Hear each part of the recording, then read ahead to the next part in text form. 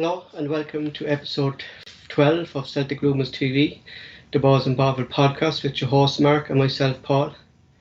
Today on the show we have Richie 1985 from the Foreman, who will give us his vision of what football should be in the future and how it will affect Celtic. Myself and Mark will run through the second major shareholder in Celtic, Lindsell Train Ltd. Barry Iceman from the Forbes will talk to us about Celtic's backroom staff and is there a need for a major change here in this area. Michael Dundee from the Forum will be with us again tonight and he will talk about the upcoming Celtic versus Rangers match. And again folks, we'll be running through the live chat, so please start posting. But before I do that, I just want to hover off to Mark for our usual shout outs. Thanks again Paul, thanks for helping us, joining us, being here, and welcome all the viewers in the chat. I see Terry's in already, there, a Glasgow Green in as well, Mikey's there as well. Mikey's coming on later, isn't he? Thanks everybody for joining us, all the support, and if you've not subscribed, please hit the subscribe button and hit the thumbs up button for us as well. Just the normal shout outs to Tim Alloy. He's been writing some short stories for us today, Paul. Maybe get them in on Wednesday. And ROH and Mal, of course, stuck out there in Spain. And then Steshry laddie Ben. Get well soon, Ben. Hail. How is Ben actually, Mark? How's he like and how's he getting on? Well, last I spoke to Steph, he's home now, but he's got a long road in front of him. The operations they done to his legs. He's got a bit of a tough time ahead of him to get back fit enough. He's got a hospital bed in the living room and things like that. He's not even. Jesus. Hang in there, Ben. You're young lad, boy, and you're years ahead of you. So this recovery will take its time, but you will get healed. Where have you been? Oh, I just chilling out, nice in the sun there, Mark. Nice in the sun. Been a few cracking days here as well. Really warm at times as well. Yeah, it was the same here now. Very very hot. So long way continue, as they say. I'm off next Thursday, Friday, Saturday, Sunday, Monday. So it's all right. So, is that home? Yeah. I'm looking forward to a few holidays there now for the thing. Like, so I said I'd take them there for the long weekend. You know, I get myself psyched up for the old Foreman for the watch along. Hey, will we get things rolling? I'll go and get Richard done. Yeah, so our first guest in the show tonight is Richard, and Richard will give us a few thoughts into what he thinks his vision of the way football is going to be and what ways affect Celtic. So Richard, is he on, Mark?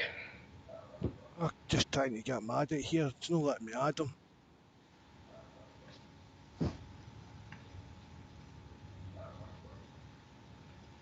So basically what when I was talking to him there, he says he has this vision of what way football is going to go. I don't know much about it, but it seems very interesting. I like to get your thoughts on the live chat about this vision that Richard has for Celtic and what the vision he has for football in the whole. So it's going to be very, very interesting to what he says, the way he sees things going. Sounds as if it could be interesting. I'm just calling him. You there, Richard?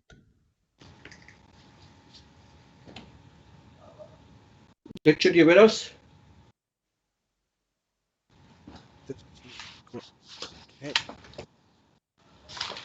Try him.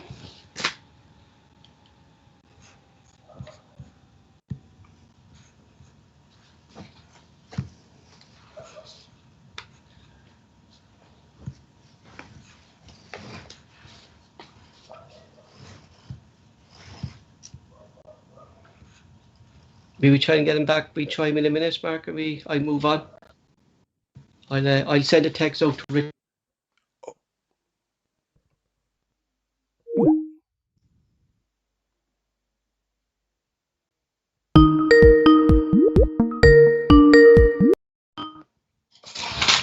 Mark, me off as well. I don't know what happened there. Sorry about that, Paul. So I'm going to move on from Richard. Look, and I'll send Richard a text and see if I can get through to him. But we move on. So next, I want to talk about the second major shareholder in Celtic. It's called the Lindsell Train Ltd. So basically, they're the second major shareholder, and they have 18.6% shares in Celtic. The group bought their shares back in 2019 when Brendan Rodgers left for Leicester, and when the share prices dropped. The company is founded by Nicky Train, and basically he has an equity fund of £5.8 billion. The company invests in a lot of sports franchises. They also have holdings in Manchester United and Juventus. They have no emotional attachment to the Celtic Football Club or any other club, and their 80% shares to date make themselves the second major. So the question is, like, they don't look to invest in the club, all right? Their only interest, as any other shareholder would, Mark, is making money, all right? Yeah. But when shares drop, they don't panic like a normal person would if they saw their shares dropping within something, if they saw they lose money. These fellas take that as an advantage, and they buy their shares. Now, they're really interested in Celtic moving down south, because if Celtic moved down south, their share price would rocket.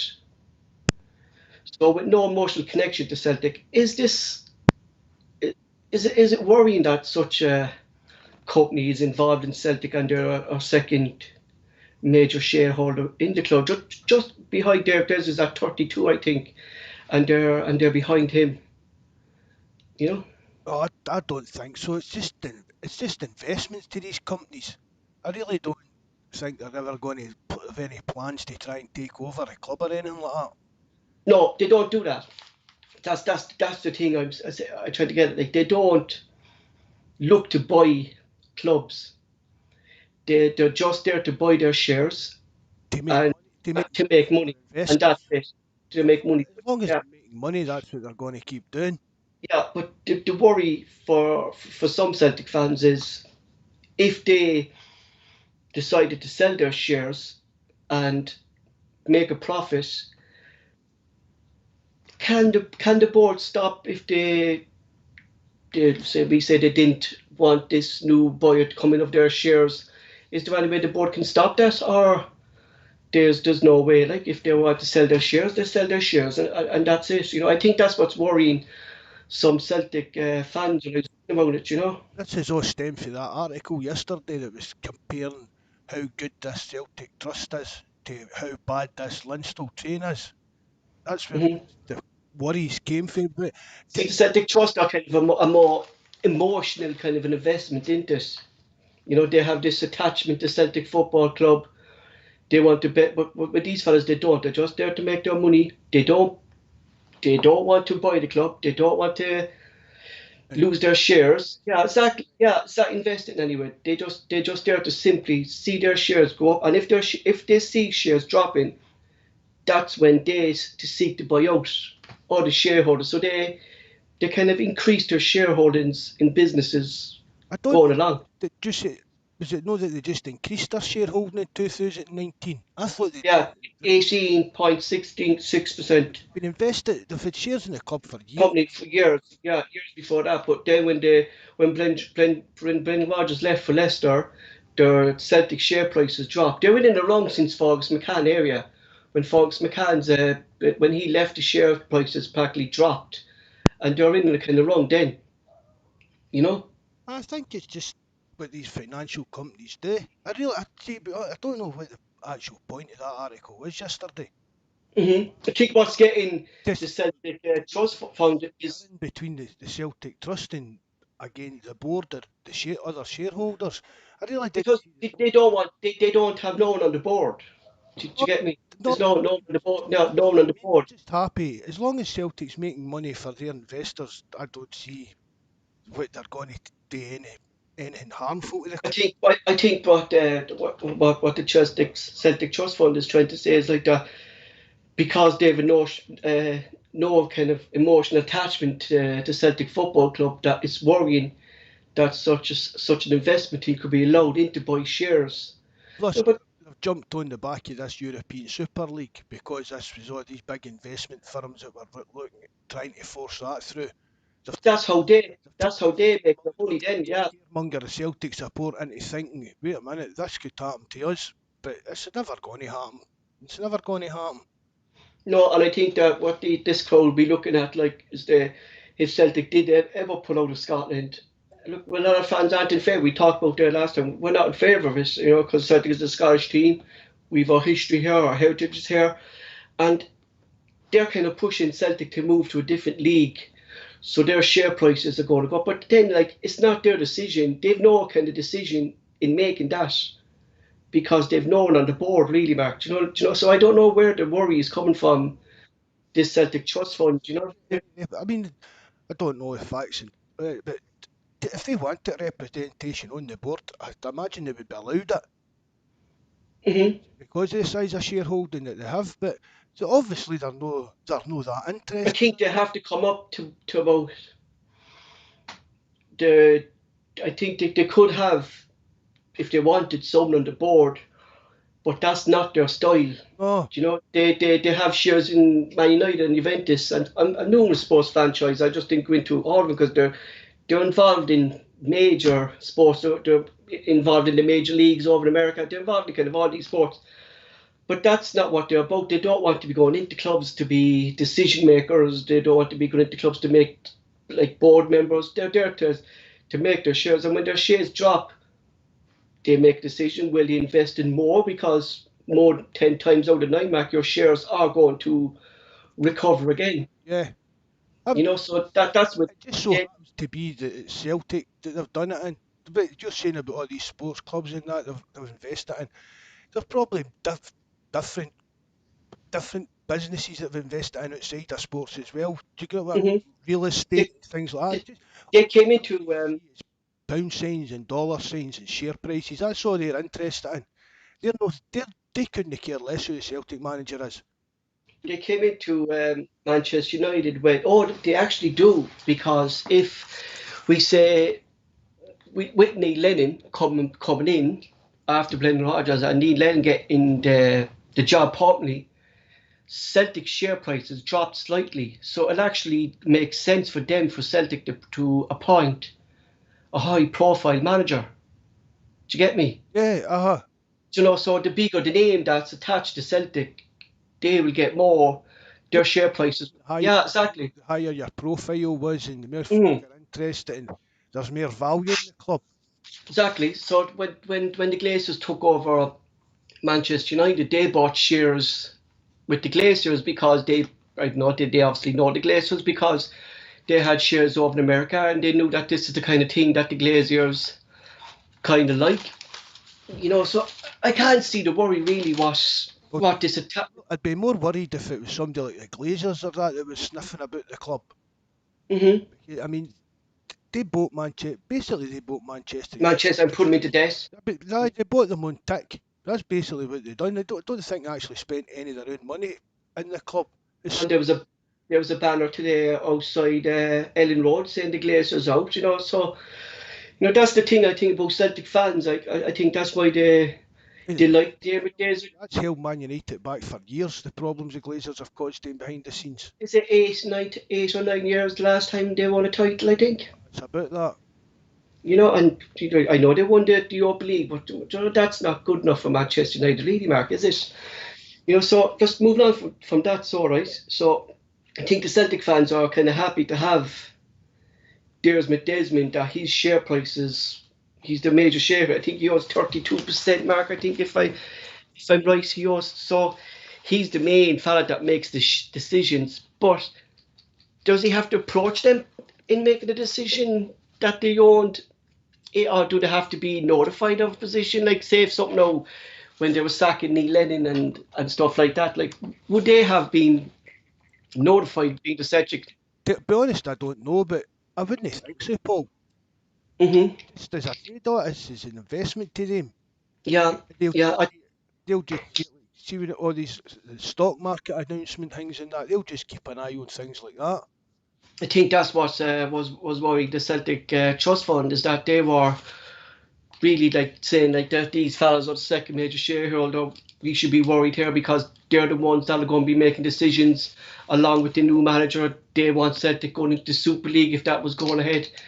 But they don't. But They're not there to make decisions. Taylor, to me, the article was just scaremongering for I wouldn't have known this this second major shareholder only for it popped up in the news blog that I read about Celtic, and it popped up there. But if you read it first, like it does look scary. Like, you see the big heading, Celtic's uh, second major shareholder it's as if thing. Yeah. under fire for some kind of hostile takeover by this big hmm American firm that's going to sell us off the soul of the club in that idea. I think if Dermot Desmond would, we say, like, and I asked it before, like, would he sell his shares and would he be happy? I think if he was selling his shares, he'd put the best interest of Celtic as well as himself. Definitely. I You don't know, think he being would just sell them to anybody, or even I don't think he would sell to one of these groups either. I really don't. I think it would need to be somebody that was going to be at least as hands on as he's been. That exactly. Dermot Desmond would trust to carry on doing good for the club and not just kind of take us down like the kind of road some of these English teams seem to be going down. And I think that's why this story came out from the Celtic Trust Fund, is that they're trying to say, like, you're in better hands with us being involved in the thing, like, but how much of a stake do these Celtic Trust Funds have in Celtic, Mark? I haven't. I don't know what That, kind of stake they've got in it, but it's all that you can see. Like if you own shares, you can sign them up to be exactly. shares in that, which I take it a lot of people have done. But it's entirely up to them if they want to do that. I've spoke about before. The thing with these fan groups and that is, for me, ego at some point, ego takes over. See if the Celtic Trust did get enough people. Because that happened here now with my local soccer team here, Cork City. They're owned by the fans, and basically, Mac, they're running out of money. They don't have Well, money to fund the club. We're down to first division now, and basically we're looking to bring players through. We say it'd be like the grassroots of Scottish football, looking through those lower leagues, trying to get players, and Celtic were looking to get Preston North End to buy the club, and that fell through, and they had to raise money to basically get a license to play in the League of Ireland this season. They had to go and basically ask supporters, to go out and buy jerseys. Yeah, yeah. Eventually, Preston North End gave them some of it towards it, but then they had to come up with dresses. So that's the trouble about these fans old clubs. Like, eventually, these fellas will see they're losing money. Germany and that is the 50 plus one rule, isn't it? They've got, I think hmm the fans own 50, just under 51% or whatever it is. But it seems to work well in Germany, and it might be something that we could look into as a whole. As a whole, you've big clubs then over in John then to do that, though, Mark, don't you? You have the supporters, you have the things like the stadiums. Uh, Realistic, like for Celtic to do that, like, they want to be making money as well, like, but I think Celtic could do it. to it, like, but the likes of Hearts and Hibs and Exactly. lower teams, like, they couldn't do that then, like. I mean, it's all right saying that the fans own 51%, but it's like who owns the other 49? It's all these big, rich German companies that are backing them up, isn't it? Terence McSweeney there says Limerick were the same, Paul. Yeah, Limerick were owned by the fans, and am I right in saying, Terence, that they actually went into liquidation last season, and Limerick Town are actually not a football team anymore? I think there's another team now that's representing Limerick. So there is a worry with these fan-owned teams, like, We are clubs. It's got to be. Do you know what I mean? So, I mean, for years, Aki's was owned by. It was a guy. He owned a forklift company, George Fulton. hmm I mean, George Fulton. I never made a penny out of Aki's. He couldn't have made any money out of them. But it was him that kept the club going. See what you're saying? And, that kind of fan ownership it's a bit different, but you'd need. We are clubs would need like wealthy fans to be part of like it. they're putting their own money in from their businesses into that club, like, do you know what I mean? And we say, like, during the lockdown here now, we say, I know in Scotland, and if you're a fan down group and your business is locked down and you've no income coming in, and plus you've no supporters in the stadium, so there's no income coming into both on both sides. Do you know? Uh, That's that's that's real. That's real of a worrying thing. Like if you are open to fight. So I think like there's no need to worry with this crowd buying their shares. Or they bought their shares, the money went to Celtic. If they buy more shares, they'll buy more shares, but they don't want to be. basically it was just a propaganda piece for the Celtic Trust. Mhm. That article. Yeah, that they don't want. It, it's when she wants to get enough shares to get somebody on the board. Who gets on the board? Then it becomes You have to be elected, really, Mark, to be on the board then as well, don't you? You have to be elected to be on the board aye. of a football club. So that's the still like if Celtic Trust want to be on the board or things like they. At the end of the day, they still have to be elected. Doesn't matter how much shares you have or how many things you have. You still have to be elected to get on that board. The board passed that. You know what I mean? The board can pass. If Dermot Hmm. comes out and says this, Dermot Desmond himself can push through something at Celtic basically. You know what I mean? The amount of shares he controls. There's Yeah, like his son wanted, like he wanted his son to come on the board, kind of a thing. Wanted like he can. Peter Lowell gets re-elected and this one gets re-elected and the fans have got no say in that. Hmm. Exactly, it's not a side that really concerns the board. Like that side of the board, the share prices. The board members are there to do their job. They they didn't do right this time, but they do try to do it the best that they can for Celtic. But like my point is that this investment fund, they don't want to be physically in a board meeting things. That's not their style. They don't want to buy a club. That's not their style. They're just there to make money, Uh, and that's it. There's no scaremongering. There's no things. I don't want any involvement in the running of the club or decision making. No, in all the things I read about, like their share prices and other things, like they have them in Manchester United, Juventus, and numerous things. They don't have a board member or that kind of a connection with the club. They don't go to like they might go to matches, they might go to see them, but they don't. They're not in and around the club, to say it that way, Mark. Do you know what I mean? They're not in there walking around the dressing rooms. They're not in there walking around the stairwells or things like. They're kind of anonymous investors, really. That's all they are. That's all. Faceless investors. They'll maybe be entitled to, like if they're some kind of businessman out here that they're for Hmm.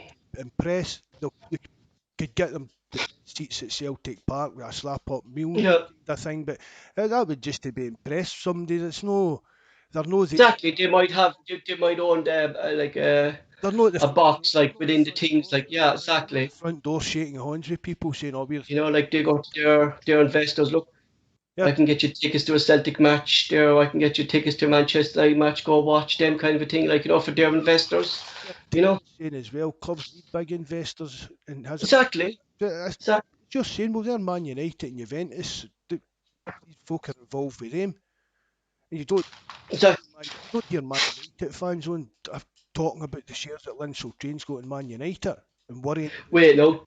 Wait till they hear this podcast. There we go. There'll be a sign up of our chaff and get little cells just out of Manchester United. they're not even trying to exert any pressure by saying, well, we'll give you X amount of money if you give us something like a seat in the board back. Do you know what I mean? They're not even trying to exert any pressure that I can see. Hmm. An interesting thing there, Mark. They're from Glasgow Green, and I've seen it around the forum there. Renaming the stadium would bring in money. But But definitely, it's a no-brainer. For me, it's a complete no-brainer. I don't understand why they've not done it. As long as it's not something stupid like the Fountain of Youth or something like that, like would they get rid of the tradition then of Celtic Park and Parkhead kind of a thing, like that? it'll always be Celtic Park. Folk, you know what I mean? Folk will still call it Parkhead just because it's got a name that we're getting £10 million a year for it being called on the telly and in adverts. Does it matter? It's an interesting way to go, right? Into the renaming the. I think there was a poll there on the forum about that, but I didn't see the results. But that would be actually not a bad idea. But Even call has that ever been thought about, Mark? Has it? sorry, Paul, what? Has that ever been thought about? Rename the stadium? Been bandied about for years that the board spoke about it and said no, and then they were going to do it and then changed their mind in that. But I don't know how much truth's in it. But You've got to think that Peter Law's at least looked into that over the years. I would think so. Yeah, like as you said there, like with his nose for making money like that, maybe he could have been in favour of it, but at the end of the day, you need a certain percentage too, Mark, to get decisions made. Like so, maybe. It's like if you come a Saturday morning, you're not going to phone your pal and say, "Oh, are you going to the Adidas Arena today or what?" Do you know what I mean? You're still phoning your pal to say, "You going into Celtic Park today?" Exactly. It's It's still known to the fans. Like it's just a name, really, for the investor who bought it and the sponsors, really, who actually. just a method of advertising. It's just a Exactly. shirt sponsor to me. Exactly. So we're moving on from that. Have we Richard on the line? No, he still didn't come through. Right, folks, we're going to move on. So we're going to try Barry. Yep. Just get Barry on, aye. Yeah. So the reason I asked Barry back on was I was talking like that. Look, we know John Kennedy's isn't up for the job, and we know he should be kind of moving on this summer. But I want to talk about his insights into the likes of Gavin Strachan, our sports science, Tim Williams, things like with the failures of this season.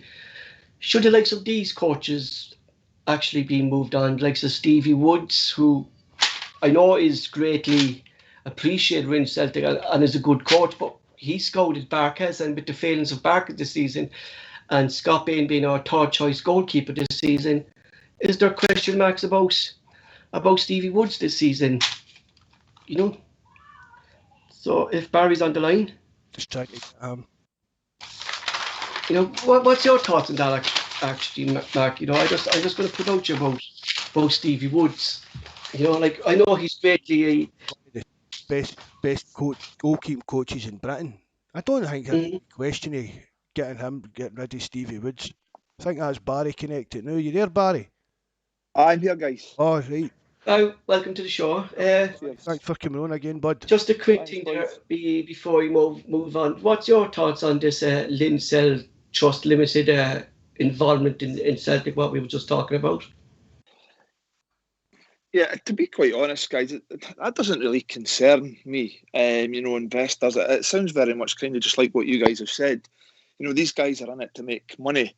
They're not. I doubt they're very much really interested in the running of the football club. I don't think they'll be looking to sort of increase their stake unless the share price goes down. Like I say, it's a money making scheme for these guys. I don't think they'll be looking to to get in touch with Desmond to try and force a takeover or what have you. Like I say, so in my opinion, these guys have just seen an opportunity when the share price dropped to increase their stake in the club, in the knowledge that, you know, further down the line there's a good chance that the share price will go up again and they'll make their money. Like you guys have said, you know, that they've got interest in other football clubs as well. But for me, it's a purely money making scheme. Exactly. It's like the Celtic Trust, like, kind of put the scaremongering out to the fans that this kind of investment fund is our second shareholder, and if they took over, they're just interested to sell. You know, and that's why this kind of blog came about. How many Celtic fans would have known that if that article hadn't come out yesterday? And how many guys in the chat would have known? I certainly wouldn't have Mark, and that's the honest truth. Like I certainly wouldn't have. Do you know what I mean? I just saw it yesterday. I said, this is something interesting, like that these fans are trying to put their scaremonger out to Celtic fans that this investment company is involved in Celtic, you know. You don't sign your shares over to us, it'd be part of our wee Celtic Trust. This could what's happened down in England during the week could happen to us, and that's basically what they're saying. Yeah, Glasgow Green said there he actually didn't know anything about him, so I say a lot of fans don't know, and as Barry said there, like, it doesn't really concern him. Like, do you know what I mean? They're not the major shareholder at the end of the day. They're not there to make decisions. You know, they actually don't want. They said it, like, they don't want to be making the decisions within the club. They're just there to make their money. If their shares drop in the club, they'll invest more. But then they move around their shares then as well to, you know, that they just don't. Say if they bought 20% of shares, they'll sell those 5% shares then to another investor who wants to come in within their group. Do you get me? Yeah, I've followed the Celtic Trust for a while, from as an outsider's point of view, listening to it, and that they've been for a long time now trying to amalgamate as much shares as they can, because what their vision is, I think, is they want a bigger say, they want a voice and a sort of seat on the board. Like I said, I followed a lot of their articles, and I think their sort of longer term vision as a trust is to sort of get everyone together. I think there's a Celtic Trust and a Celtic affiliation. Kind of a communication between the fans and the board, kind of a thing, Barry, is it? Yeah. I think that's their plan. Like I said, I think there's those three organisations: the trust, the affiliation, and the organisation. And the Celtic Trust have been very vocal about trying to get as many shares as possible, because I think their long-term plan might very well be that to try and grab some sort of seat on the board and have some sort of voice and some sort of a supporters kind of say in the club. So I think that's probably the idea behind releasing that article yesterday. But yeah, like I say, as an everyday supporter, I'm more concerned about what's happening on the park and where we're going and exactly what's going to happen this summer. So yeah, there's more important things really to be worried about than putting that kind of other problem on top of fans at the moment, isn't there? But it's a good time to put it out when the fans are at a low point and angry with the board and angry with the way things have been run. Kind of taking advantage of the situation, really, Mark, isn't it? Politically kind of things, I mean? It's just, I just see as soon as I read it, as soon as you mentioned to me, I knew this was going to come up. I read the article, I would think, what's even the point of this article? What's it meant? Exactly. Exactly. So, saying that, I'm not slagging the Celtic Trust or that. I don't know that much about them. Do you know what I mean? I've read a few of their things, and a lot of the stuff that I agree with. I'm just commenting on this actual story. You know what I mean? If you're into the Celtic Trust, it's your thing. Batter in. So, Barry, what I want to talk to you about, like we all agree, John Kennedy should be moving on this season. That this rebuild is too big for him. But myself and Mark were talking about just basically the backroom team as a whole and how they kind of failed as well this season with set pieces, formations. And I was talking about Gavin Strachan. Like, since he came to the club this season, the fall in the first team has been dreadful. Now, considering he had big, in my opinion, big boots to fill in Damien Duff, because Damien Duff worked with the best managers. He played on the best managers, and his insight to football is supposed to be brilliant. Now, we see Gavin Strachan on the sidelines giving the instructions to the players when they come on as substitution. Is he up for that job, giving these instructions, or do we need to give him time to settle in, that there was so much of a hype this season, there was so much of a downfall? And can he shed some of this blame of this thing this season with the lack of fitness, the lack of knowledge in formation, tactics and stuff like that, Barry? You know what, I think it's difficult to actually put my finger on, what Strachan is doing on the sideline. He's got that laptop of his, and I'd imagine it's filled with data, in terms... It's analyst stuff. That's what he's... I couldn't even guess what kind of stuff you need to look at. We're just number crunching to me. But he is meant to be very good at doing that. Whether he's a coach is another matter. But Barry, keep going. Yeah, no, I think that's a good point, Mark. So, but for me, I'm not sure. As a data analyst, is that somebody that should be sitting in a dugout, or is that somebody that can maybe be sitting in the stands with his laptop, passing on? It's quite easy to communicate information down to the dugout, But because you see umpteen times, set pieces, losing goals at a set piece, and then obviously Lennon, Kennedy, and they'd all be looking at this laptop. I don't know if they're looking at replays of the set piece. I don't know, but I don't. You said there, Paul, Damien Duff. Damien Duff didn't have the laptop. He was regarded as a good coach. It's difficult to say that Gavin Strachan's at fault. I think as a whole, it's just been a bit of a disaster this season, and I think everybody has to share some of that responsibility. The coaching staff, but a large part is the players also. The players have let themselves, the club, and everything down as well. But with regards to Gavin Strachan himself, what he brings, I don't really know. So he's title at the moment, right? His title at the moment now is assistant manager, caretaker manager, John Kennedy, right? And before that, he was first team coach, and he said there like he's supposed to be a dasher, and that's sure because like if they're like I presume, Barry, when you were playing football, you kind of would look at a replay of your last match, and if you lost goals, you pinpoint where those goals came from. Like, and sure, they must have been doing something about these set pieces within this data analysis stuff, you know? Yeah, I mean, that's what's difficult to comprehend, to be Mm-hmm. honest with you. She's absolutely right. I mean, and I'm sure they still do it to this day. You know, any whether it be good or bad, the performance, they normally have a review day whereby they'll sit and they'll watch the 90 minutes and see where they could have done things better, see where, you know, things have gone well and produce one. But like you say, with regards to the set piece, it just, you know, it doesn't make sense. You know, I think at one point I read an article saying, and this wasn't so long ago, that 47% of all the goals that Celtic had lost this season had come from set pieces. So to continually get that wrong, it's crazy. But I mean, my own personal view is when set pieces, you know, when there's crosses coming to your box, corners, free kicks, you know, crosses from open play.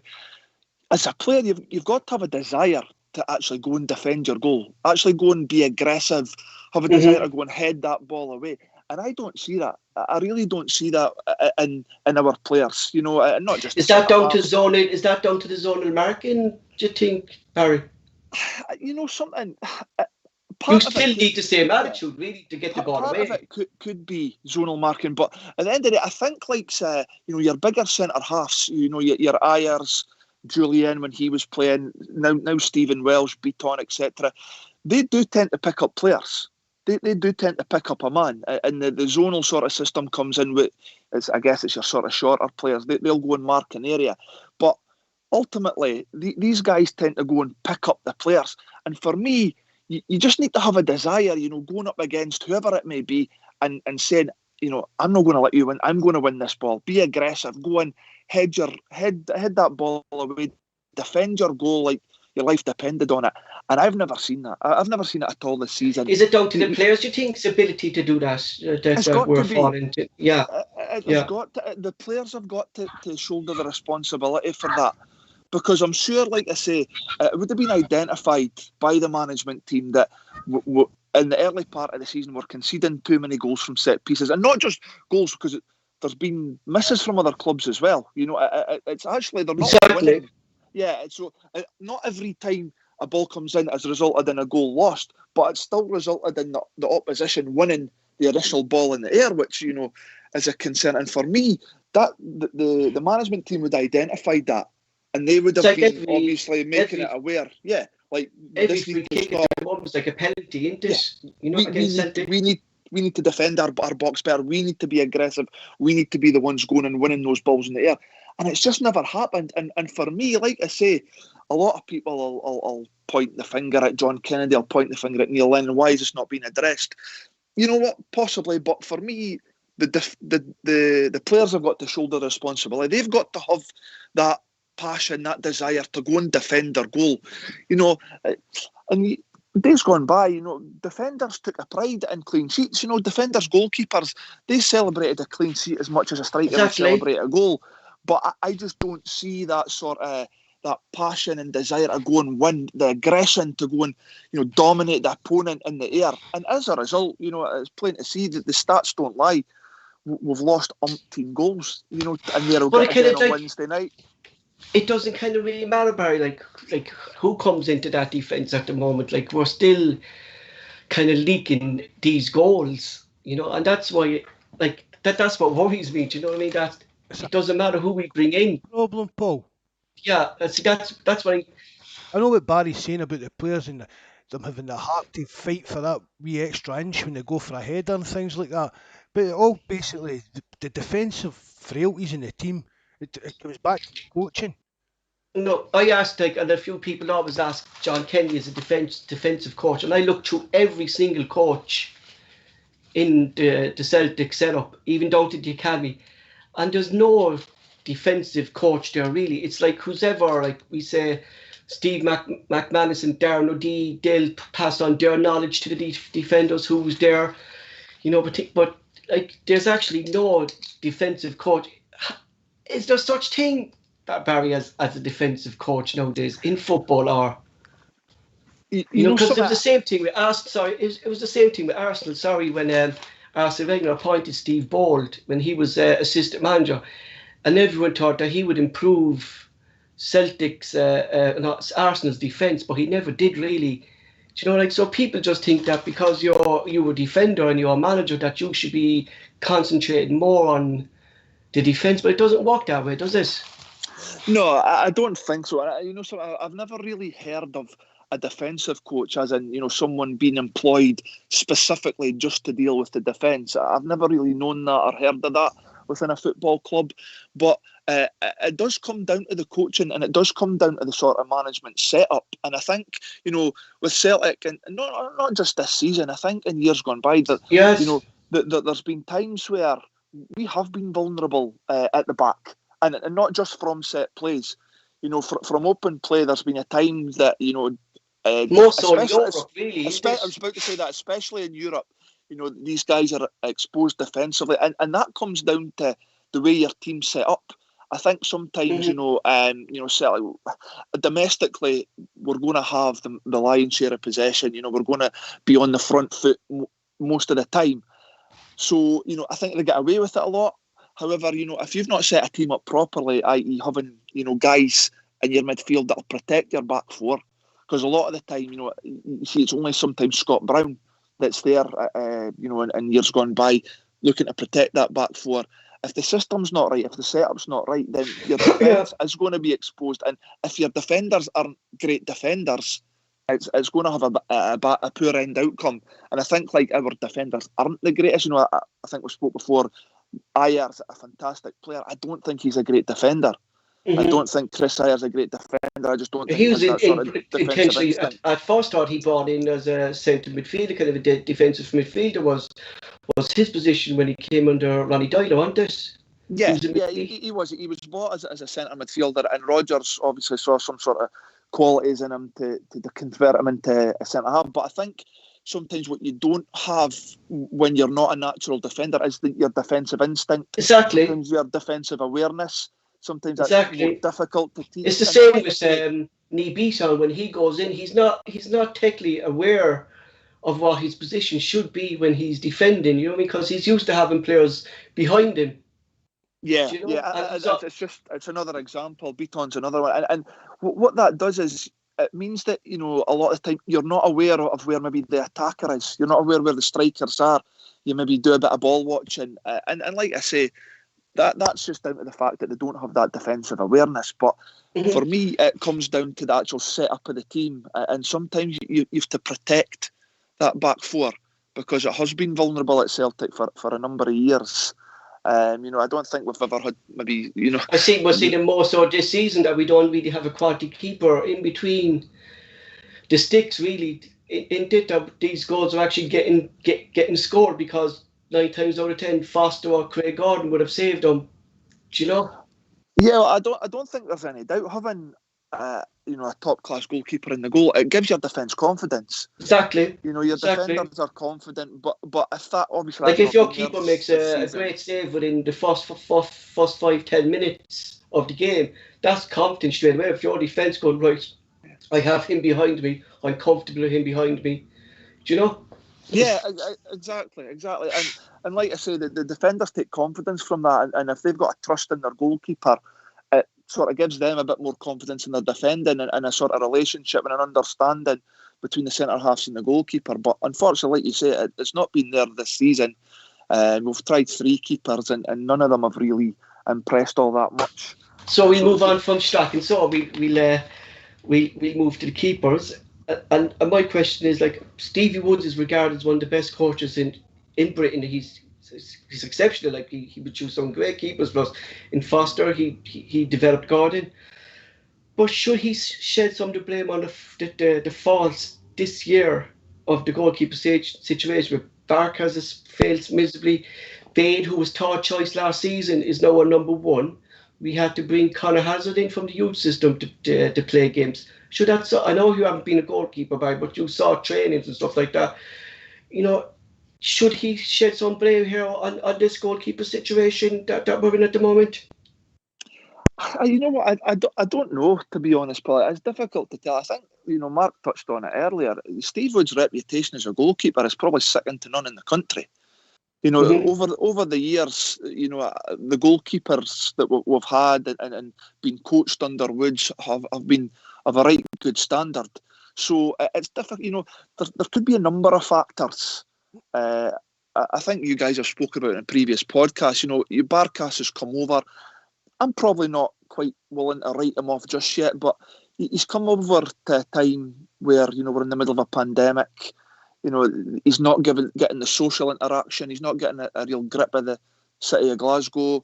I don't know if his family are over here. I'm not sure. But a lot of these factors can impact your performance. And if things aren't maybe, quite right at home or whatever, like I said, he's maybe not seen his family, he's maybe not settled into the country properly, that could play a part in his performances. And I don't think Steve Woods could shoulder the blame for that.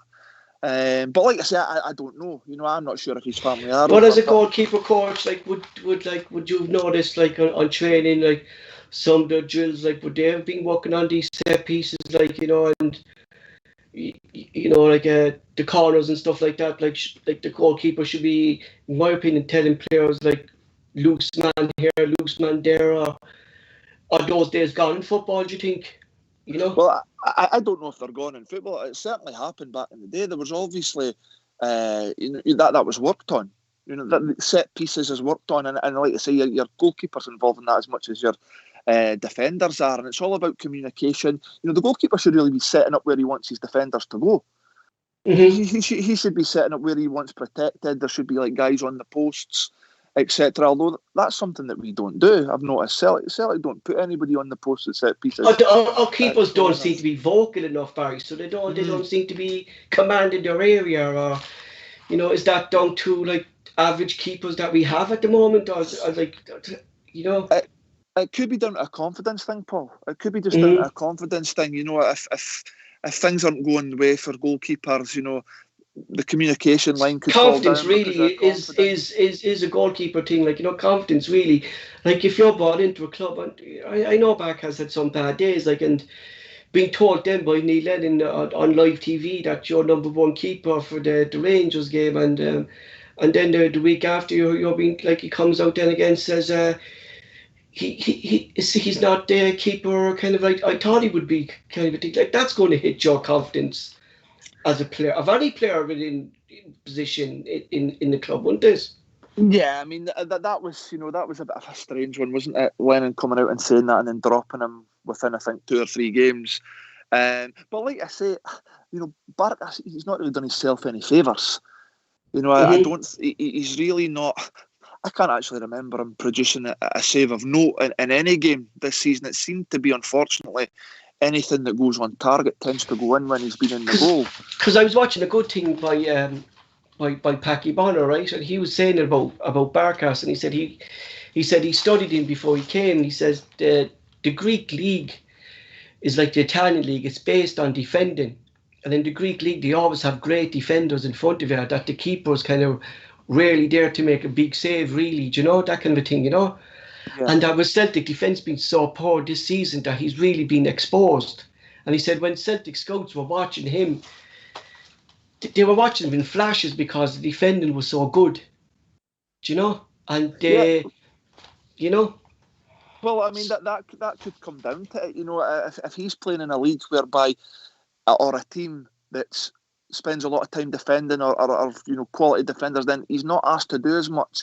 But like you said, in our league, we don't spend a lot of time defending, and when we do, there is times that we'll look exposed, and if that's the case, then he then becomes exposed, and as a result, you still kind of want him. You still shouldn't be exposed, really, Dodge. Exactly. You still want him to make saves, Yeah, and some of the errors he has produced, they have been quite basic errors. Some of the goals he's let in, like a weak wrist here and, a misjudgment there. It has been quite, basic errors. It's not been it's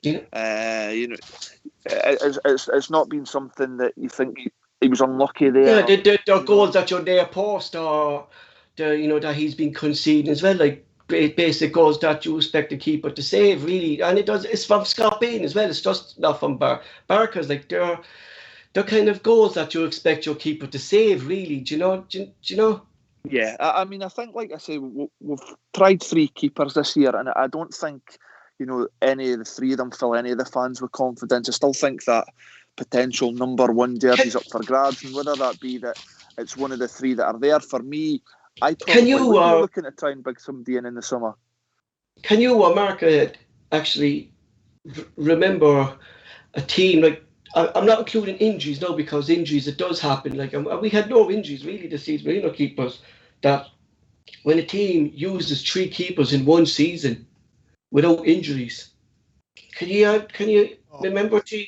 I honestly can't. I find it very strange, like, that we actually used 3 keepers in our league this season, and we still actually to this day we don't. The fans can't say who number 1 is. But see how clear a problem it was, Paul. That we have to give 3 of them the chance, and none of the 3 of them have actually grabbed it. No. Again, it's down to Barry's saying there, it's about the confidence between the goalkeeper and the defence, and how it affects each other and that. But none of the keepers really shone out at all. Young Connor Hazard, you give him the lucky that, well, he's only a young guy. He's only going to get better. And I think in time he could. I said that I think he'll get on loan next season. And by that time, I think I wouldn't mind Celtic buying a good keeper. See somebody that isn't 36, 37 just for this coming season, in the hope that Connor Hazard can come back and push for a number 1 jersey next year. Do you think then, though, like we say, like some Kennedy now and Strachan are going to Stevie Wood saying, who do you think is ready this week to be in goal? And do you think Bark has a ready? Do you think maybe Stevie Wood's Barry saying, look, no, he's still not up to it yet. Maybe next season when the fans are here, look, give me another couple of months with him, let me kind of build up his confidence in training. I see keeping him. Do you think Stevie Wood is kind of doing that? Well, I don't think there's any shadow of a doubt that that's what happens. The goalkeeping coach, they work and know the goalkeepers better than anybody. So they'll be able to see, things like confidence, performance and training, and the drills that they do, and the small-sided games that they do. The goalkeeping coaches have a massive input in the goalkeepers. So there's no doubt in my mind that Stevie Woods will be having conversations, on a daily basis probably with Neil Lennon beforehand. And that's probably why we've had to use 3 keepers. Stevie Woods will have a massive input in that, and I'd imagine he'll be doing the same just now with John Kennedy. Although, like I say, the season's, it's done and dusted. 3 games to go. I don't think it really matters who plays in the goal between now and the end of the season. It might be an opportunity to throw Barkas back in there and try, but I don't think it'll make any sort of impact. But yeah, I mean, to answer your question, there's no doubt in my mind Stevie Woods will be having an input in the goalkeeping situation with the team. I think here's like from the 2 lads, from Bawz there and Terence there, saying McGregor has been the best player this season within the league. Is it a lack of experience here between our goalkeepers that this, Celtic go and we buy these young players, hoping to sell them on and things like that? Should Celtic be going out to buy an experienced keeper? We say like we say David Marshall or Tom Heaton, who wants to leave at the end of the season down in the south. So Celtic should be looking at that kind of a keeper, and maybe for these younger keepers to lawn off the likes of David Marshall and Tom Heaton coming in, considering how good McGregor was this season. David Marshall's been relegated 4 times. True. I'm just throwing it out, but I'm just saying like an experienced keeper, that way. Like, should we bring in an experienced keeper I think, and let these fellas lawn off him, though? That kind of a way, I think unless you're exceptional as a young keeper, I think you're better going for an older keeper. Do you get what I mean?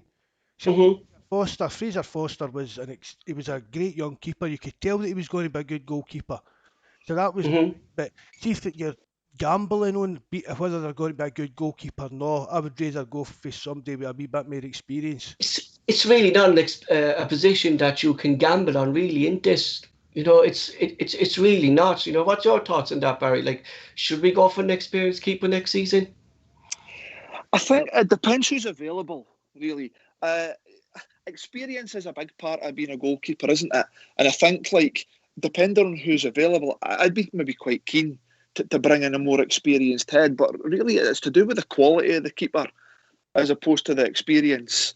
Like you kind of said, it's a massive, area on the field, a massive position in a football team, and as it's kind of proved, on the other side of the city this season, he saved them a huge amount of points with his performances, and like that, if you look at the defenders in front of McGregor, last season they were really poor and really struggling, but he kind of seems to give them a bit of confidence. Yeah, do you know what we talked about last time, Barry, with McGregor, is that it's his passion for his club that he brings into the game. And he's psyched up for every game he plays for Rangers, and especially against Celtic. But you don't see that from not just the keeper, but any player at this precise moment, is the passion. And like, the passion will go a long way in the way you play for your club. You might be the best player, but if you gave your all and you got stuck into tackles, that will go a long way for you in helping your career at Celtic if you actually showed the passion that McGregor showed for Rangers this season. Oh, listen, 100%. And I've not seen that at all this season, and that's been the disappointing thing. I've not seen any kind of sort of passion or attitude from the players this season. And like I sort of touched on the other, podcast, us as Celtic supporters, we can accept that we're not going to win every game, or they're not going to be, the performances are not going to be there every game. However, if the players show the right attitude, the right commitment to the team and to the cause, then that'll be accepted. But it's not been there this season. It's a crazy season for Celtic because, like I've said previously, you can accept like bad spells. The teams will go through bad spells. Players will have off games, and it might last a game or two or three games possibly. But for it to have been there this whole season, it's just it's unforgivable. To be honest. Exactly. So I'm going to move on from Steve Woods, and the reason I wanted to bring this fellow, I know, Barry, was there much kind of sports science in your days when you were playing? I doubt that very much. I think, was there? No, there's not. I did mention that to Mark earlier. With regards to sports science. Mark made me doing a bit of research, so I'm excited to do. So Celtic's head of sports science, right, is a fella called Tim Williams, right? He was brought to the club in 2002 by Martin O'Neill and left in 2007 to go to Birmingham City as their head of sports science, right? So brought back to the club in 2010 by Neil Lennon when he took over, right? After Ronnie Dyer's first season, Ronnie Dyer sounded out that he wasn't good enough, and he brought in his own sports specialist and injury preventing thing and demoted Williams to first team physio, right? When Ronnie Dyer left, Brendan Rodgers came in. The board reappointed him to head of sports science, but again, Brendan Rodgers wasn't happy with this, and he brought in his own staff. But Williams still had the title as head of sports science, but it was Brendan Rodgers' men who were behind. And when Brendan Rodgers left, he took his own staff with him. And when Lennon came in as caretaker manager, Williams was again appointed as sports science. Right, so currently at this moment, he's the head of sports science. So any manager that comes in demotes him because they see that the players aren't fit. They're constantly picking up injuries within his department. He's the head of all these physios and their training, their strength conditioning. Is there question marks over, I suppose, the science departments, considering that 2 new managers came in the last 10 years and this fella Tim Williams has got demoted, and it was Neil Lennon that brought him back to the club? That's a bit suspect, isn't it? The likes of Rodgers not have come in and demoted him, so you've got to question like what levels he operating at, kind of thing. But the thing about the sports science department is they can only provide information to the manager. If the manager's no willing to deal with that information or use it, it doesn't really. That's not the sports science department's fault for me. Yeah, no, I'd agree with that. That's kind of what I was going to say.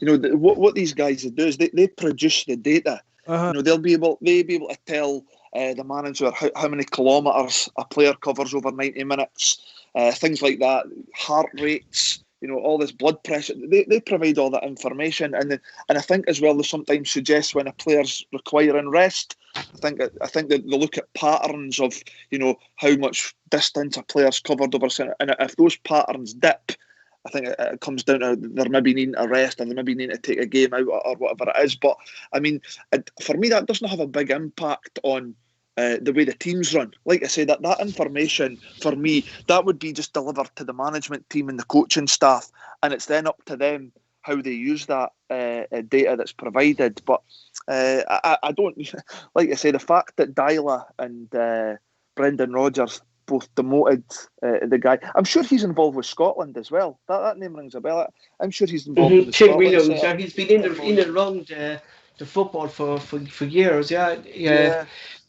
But yeah, I mean, I don't know if that's something that needs revised. Like whoever's the manager's going to come in, if that's something that he wants to bring his own sort of staff, sports science, if that's something that he's trusting, then it is something that might have to look at. Well, it'll be him that will do that, hopefully. It'll be a director of football. Sure, you got there should be kind of question marks off to him, like if two managers came in, like, and we know Ronnie Dyla was big into the fitness, and he came in, he changed all the diets of these players. Brendan Rodgers, players were at their fitness peaks as well, and maybe producing Paul was an acceptable level to Lennon. But then wasn't high enough for Rodgers. But then we say but she goes then like that we say like players needing rest, right? That these fellas would monitor that. How sure it because that they could have noticed that Conor McGregor needed a rest within this Celtic team. Do you know, or maybe he did pass it on and Neil Lennon ignored it? Could that have happened, do you think, or Callum McGregor could have said you're no drop me. I think as well, you know, you would think the powers that be might have some questions to be asked. You know, if you were in charge at a football club, or if it was Peter Lawwell, whoever, if two managers that you've employed have decided they don't think this guy's fit for the role, yet, you know, Neil Lennon, you would think that they might have some questions as to why that was. You know, but you think like that, like this fella kind of suited Neil Lennon's kind of lack of management. Do you know that if it was Neil Lennon that bought him, maybe, you know, maybe that guy isn't as strict as they were under Daly or Rodgers. The players exactly a wee bit more, and that probably suited Lennon's kind of laid back kind of.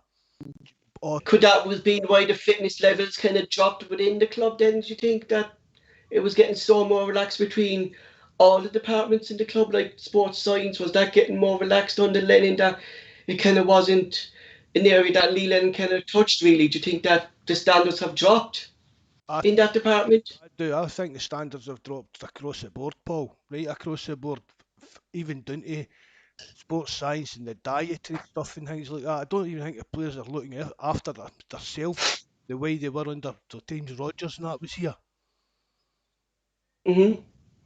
What's your Barry?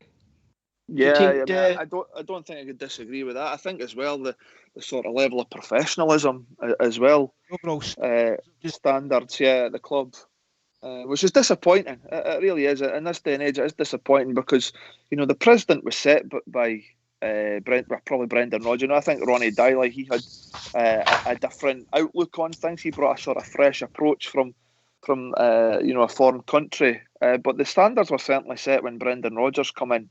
And I think it's clear to see that those standards have dipped considerably since he was replaced by Lennon, and it's something that we need to try and get back.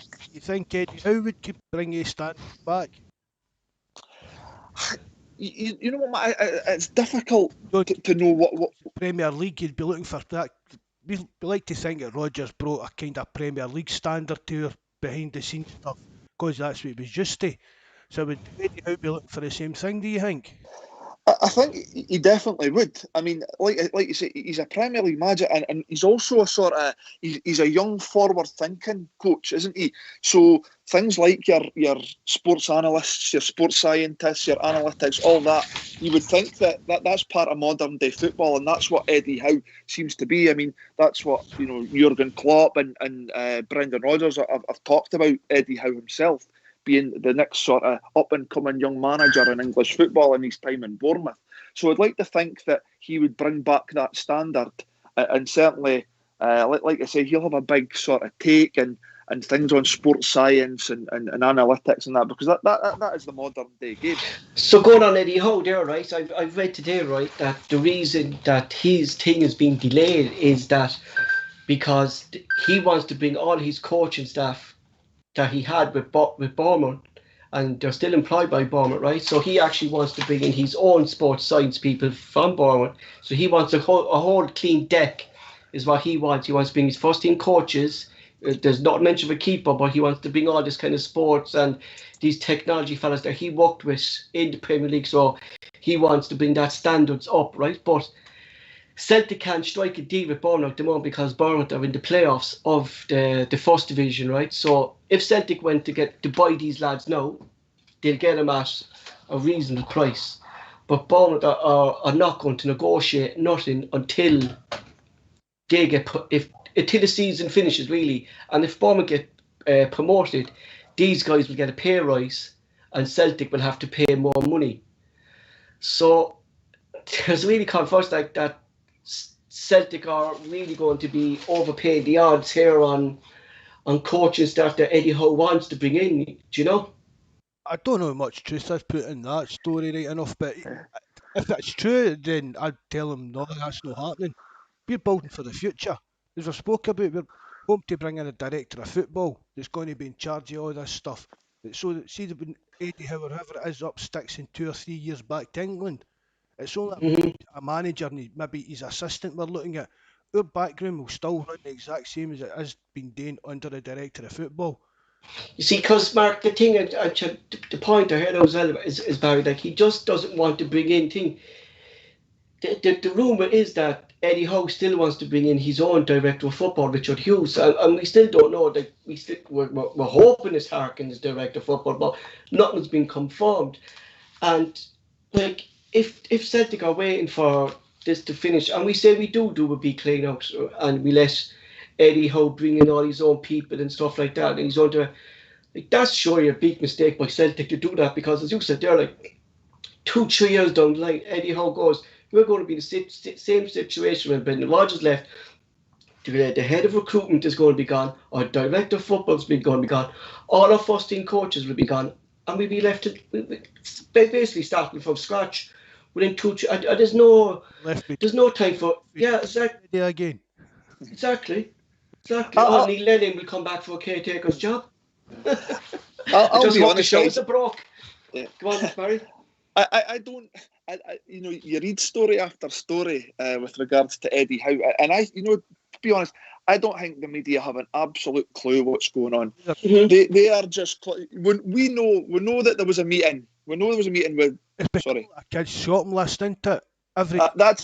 He's wanting this mere. That's exactly it, Matt. That's exactly. We know there was a meeting with Desmond and Howe. What the outcome of that meeting was, we don't know. I personally think, I said it on the last podcast, I believe Eddie Howe is going to be our manager. I believe the deal's done.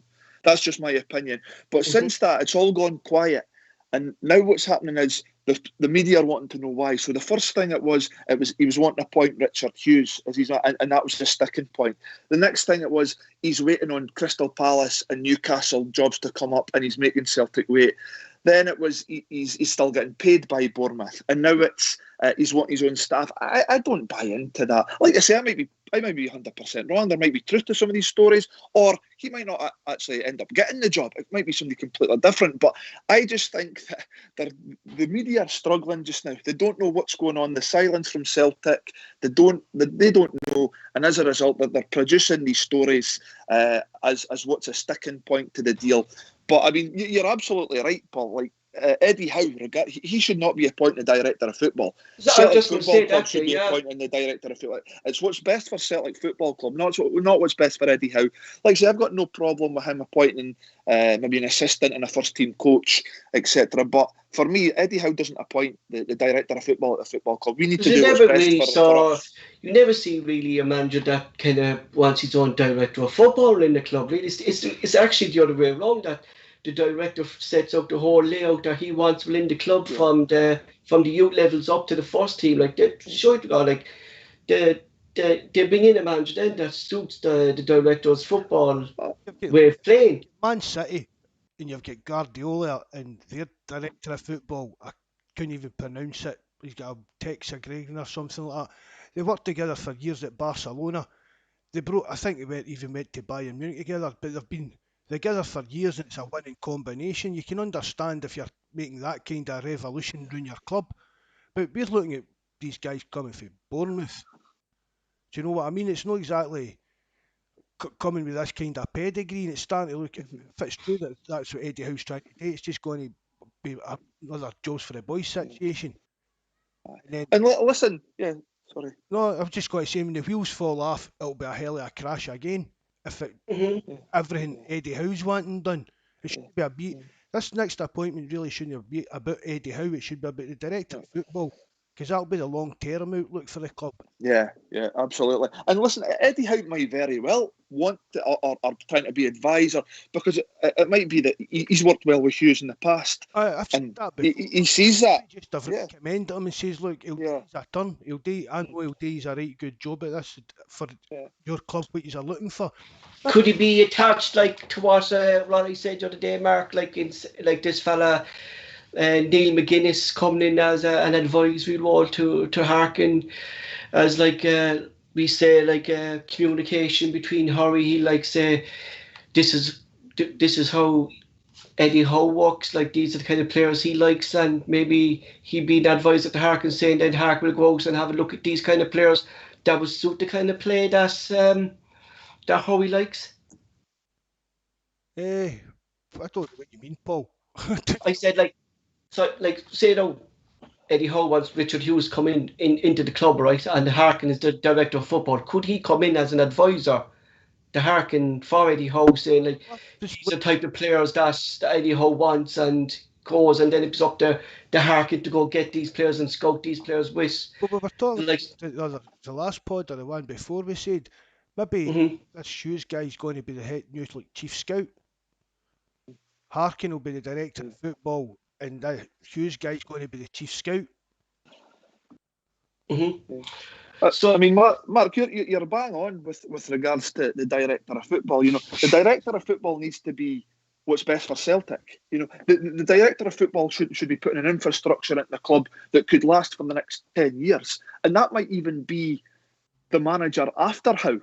Like you say, they might have a shelf life of 2 to 3 years if he's successful if it is Eddie Howe and he's successful at the football club and he gets a move back to the English Premiership. Our director of football should be thinking beyond Eddie Howe and thinking, right, well, let's have ideas in mind as to who potentially might be the manager after that. If it's Richard Hughes, I don't think that's going to happen. Exactly. Richard Hughes would likely to follow Eddie Howe. So for me, absolutely, the director of football needs to be appointed by the football club, because it's going to be what's best for Celtic and not what's best for Eddie Howe. Exactly. If the club brought in their own director of football, and if the manager leaves, the director of football still has the foundations there. It's just for the new manager to come in then and build on these formations. Really, the vision remains the same. It's just a new manager that's in place. But the structure of the club, that should be what's being planned for. So next, there's a few things that came up. Is the physical, and this all falls in under Tim Williams' department, right? So this is why he picked it up. And it's injuries that we picked up so far this season, and the lack of how long it takes these players to come back after injuries. Like Mickey Johnson's been out for a long time, Julian's been out for a long time, Roderick has been out for all seasons that he's played with us. Is your injuries, Barry, dealt by the physios or treated by the physios, or is it all kind of different departments within the club, or is it mainly down to the physios? the way your rehab goes, your comeback goes, or is there different departments there that look after that? Well, I mean, I think it's just the physio department that deals with it.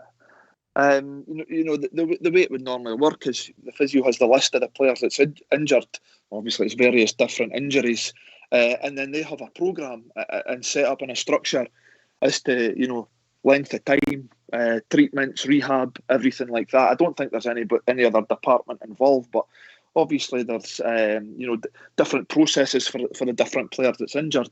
I think some of the injuries this season. I mean, Julian's injury, for example, there's nothing you could do about that. I think bad knee injury colliding with the post, but yeah, I mean the department that deals with it is a physio department, and he'll be in constant touch with the management team with regards to how rehab's going, the progress, time frames that they expect the players to be out for.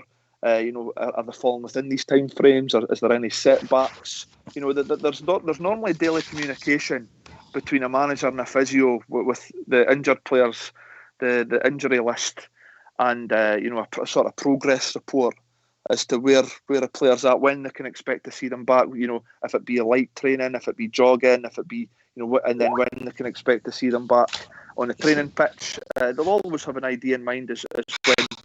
The end result is when they're going to get back on the park and playing for Celtic. So that would normally be the process. Going by Tom Roderick, is that down to the individual picking up these niggling injuries and being out for a couple of months, or is it more of a mindset within the player's head picking up these injuries that he's out for longer, Barry?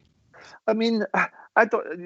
Unfortunately for Tom Rogic, he's been plagued with injuries ever since he came into the club, and sometimes, unfortunately, you get those types of players. Do you think it's down to the condition of the pitches in Scotland, or?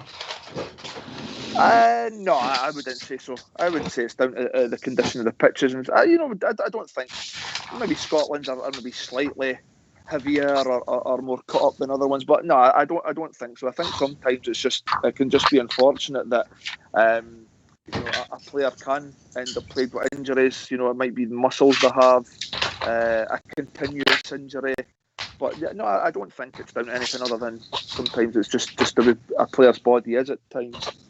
Isn't kind of this way the player's body is itself. That I know every player is different, the way they react to an injury and stuff like that as well, isn't this? So yeah. The next thing, and Paul Ward brought it up here, and I was going to bring it up as well, is our scouting department, Barry, of late, especially, everyone was happy really at the start of the season when we brought in these players. I was happy, Mark was happy when we brought in Duffy or Barquez, Yeshi, big money for big players, for these players. I was quite happy, but is that a department that needs to be looked at, you think, the scouting area of it? You know what, I don't know. I agree with you. See if at the start of the season you'd have said, right, Celtic are going to bring in a £5 million Greek international goalkeeper, a left back from AC Milan, Shane Duffy, a Premier League centre half, a big, aggressive, no nonsense. That's kind of what we've been looking for. Exactly. A £16 million player, El Yunusi from the English Premiership, and a £5 million striker from West Ham. If you're looking at that before a ball's kicked this season, you're thinking, you know what? It's right good business. It's right good business that we've done. Players we did. Yeah, absolutely. We didn't really sell any players a note. But for one reason or another, the transfers just haven't worked out.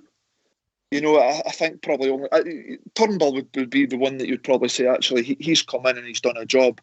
For whatever reason that is, I don't know.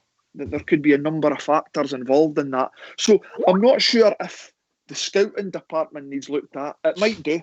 It might be that a restructure's in place, in terms of scouting networks, what markets will it look at going forward. But, I don't know if it's something that, some scouts are just under instruction from the actual scouting department, whether that be Nick Hammond or I forget the other guy's name, the guy that left as well. But Penrice, is it? Penrice, yes. That's the one I'm looking for. The scouting networks are sometimes on the instructions. We're looking for this type of player. We're looking, at this market. in this country, or so they're coming back with a list of players, and it's obvious it's quite an intense process in terms of everybody that's involved. But like I say, this season, the players that we got before a ball was kicked was really good business. However, for whatever reason that may be, it's not worked out. So you could potentially say there has been a failing, because there's that many factors you need to take into consideration when you're signing a player. Things like, does he speak the language? Is he going to be able to settle in the country? Things down to the points like, is this player married? That's a factor that, I think Alex Ferguson, he wanted all his players married, didn't he? He'd said that himself. He wanted all his players married, because it's things like being in a settled environment, a settled family at home. These are factors that make you, perform at your best levels. So there's a lot. There's a lot goes in. That didn't work for Ryan Giggs to this. Well, there you go. There's an example you wouldn't want to use, but yeah, I mean, there's quite an intense process goes in. There should be a lot of homework done on players, and I would have liked to have thought that was done before these guys were brought in. But like I say, for whatever reason, the signings we've made this season, bar Turnbull, I would say not any of them are anywhere close to being a success. Well, do you know what I can't? Go on, sorry, Mark, did you say something there? I say it all the time. I put a lot of the blame for that down at Lovell's feet.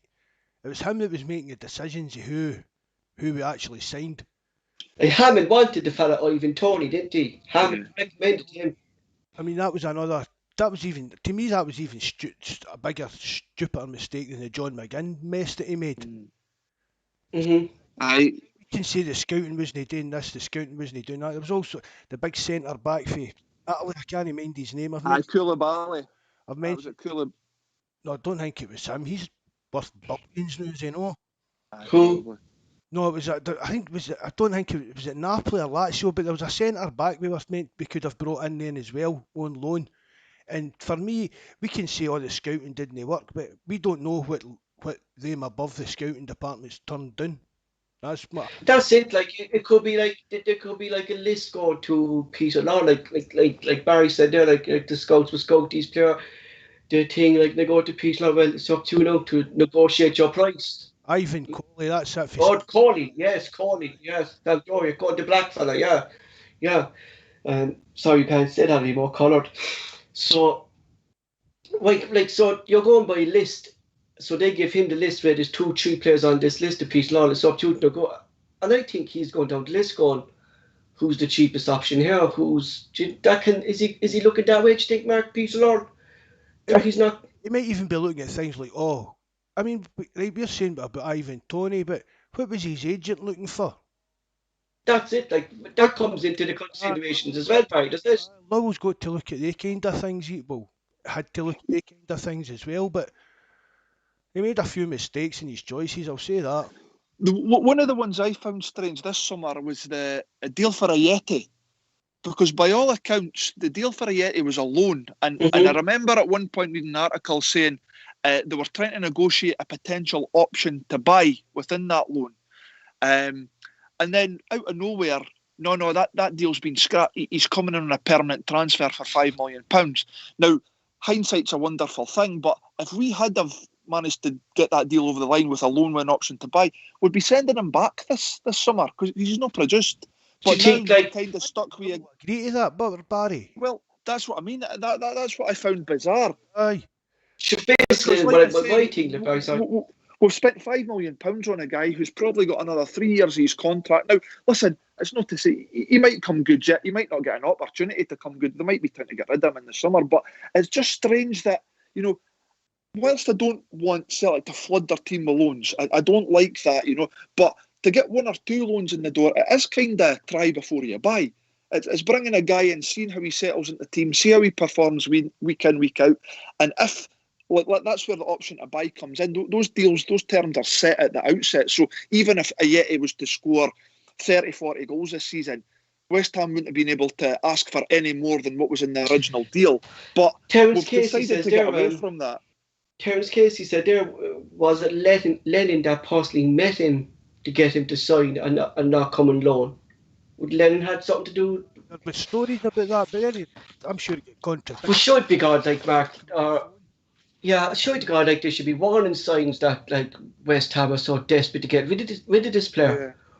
Yeah. Do you I know? mean, he did well at Basel, so there was a player there, but I just found it a bit bizarre that, like I say, we could have brought him into the club on a loan basis and see how he'd done. And if it had gone the way this season's gone, what had been happening right now, he'd be heading back to West Ham looking for another club. But like I say, now we've got a guy with 3 years left on his contract. We're £5 million down, and we've not improved the squad, to be honest.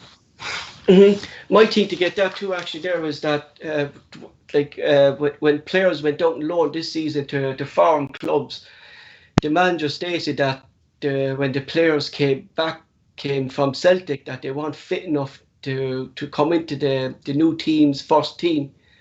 That's a big concern for a different manager of a club to say that about Celtic, isn't it? That these players aren't fit enough to come into the start straight away in the new club, isn't this? I've heard that for years, but really, they've always kind of come up with stuff like that. Is it all gossip, do you think?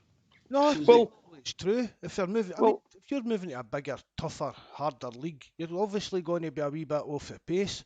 I don't think they're saying anything apart from that wee Skpe. He kind of lost the plot for a while, wherever he is. Who's I think that? if you remember back, Ronnie Dyler said it coming into the club. When Ronnie Dyler took over, he came that was in and after said, that was after Lennon, wasn't it? that was after Lennon. Lennon had a pop back. Lennon had a pop back at him, going on about trophies that he'd won. But Ronnie Dyler wasn't happy with the fitness levels of the players when he came into the club. But I mean, again, there's a number of factors, like diets, things like that. Sometimes just your physical attributes. Like I think Matty said, there's Sved was kind of criticised by his manager for his, but again, there's just a young guy he's came across to this country. Seems to have turned it round now, right enough. But at one point, the manager said he'd be better off playing table tennis or something for a living.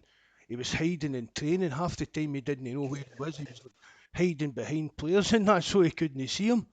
And Who's that, Mark? that wee Marian Sved. Uh-huh.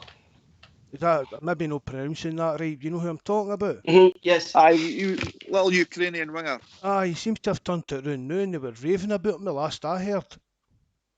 So, do you think, when Celtic are kind of looking for a new manager, really, that he's kind of with the new development of football, down to diets, the physical training of the strength conditioning, fitness levels, and basically, technically very good. Rogers was technically very good as well, but Rogers too, fell in Europe massively for Celtic. He kind of wasn't really able to change Celtic into a defensive team in Europe, and then we conceded so many goals and we were embarrassed in Europe. So not just you don't want the manager coming in who's an expert on attacking. You want them to be able to set up a team to defend in different games. There's different games you need to defend. Yeah, I mean, I think it all comes down to the sort of modern day football, and I think whoever Celtic get in the door, they will be sort of clued up on the modern game. I like to say sports science, but structures, setting up a team. But I mean, you're right. A modern day manager needs to be able to play different formations, recognise different systems, and recognise that, like in games in Europe, that if you're going up against bigger opposition, because Europe now, Celtic in Europe now, the gap is huge. When you're going up against your top European teams, the gap is huge. But we need to recognise that we can't go toe to toe with certain teams, and we need a manager that's going to be able to set up a team whereby it might be a slightly defensive style of football or a protective style of football, and that just comes down to modern day and good management. The fans would accept that, but yeah, you'd accept what they call that anti-football. They say, isn't it? We'd accept Celtic playing that against Barcelona and teams like PSG instead of what Rodgers done. As Barry says, going out and trying to go toe to toe with these teams. It's just craziness.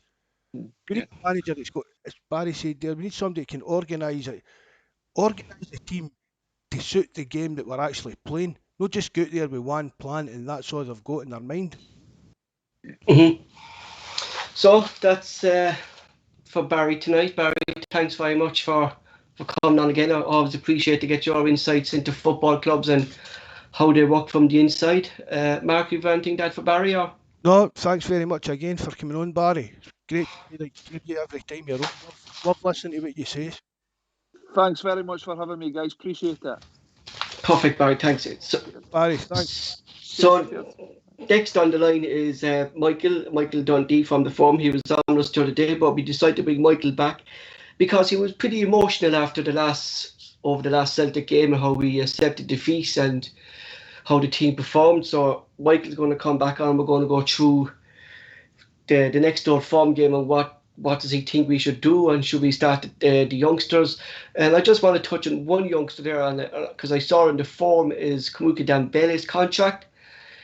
His contract was actually supposed to be up the end of this year, because he was 16. He was only left signed a 2-year contract, but supposedly last year there was a contract extension signed by himself and the board. So that's why he's actually more than likely, as Ting said, that he's going to be here next season. So maybe that's a good thing that a new manager might be able to tie him down to the first team, Mark, build him up and actually show us what this player is about. Hopefully. I wouldn't do any harm to see what he can do. I mean, he was only on for 10 minutes the other night. Supposedly what happened, Mark, was that Lennon told him, sign this contract extension, you'll have more game time this year. And then there was a fallout between Lennon telling him that his strength and conditioning is up to scratch, he needs to build up more. His agents kind of took offence there and want him to leave, but there is a contract extension act.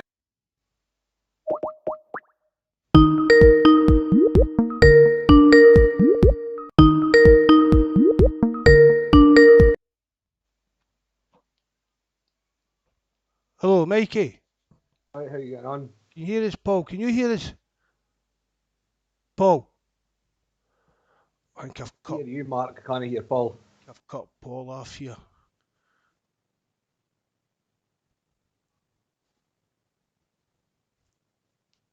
Oh, God.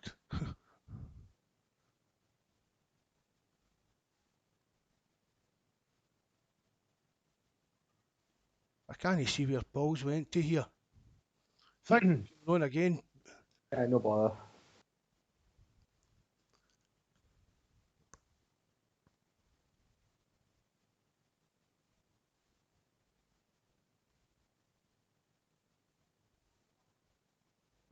I don't know where he's went to. Eh, Says that he's in the call, like, which is his 2 or 3 that's live.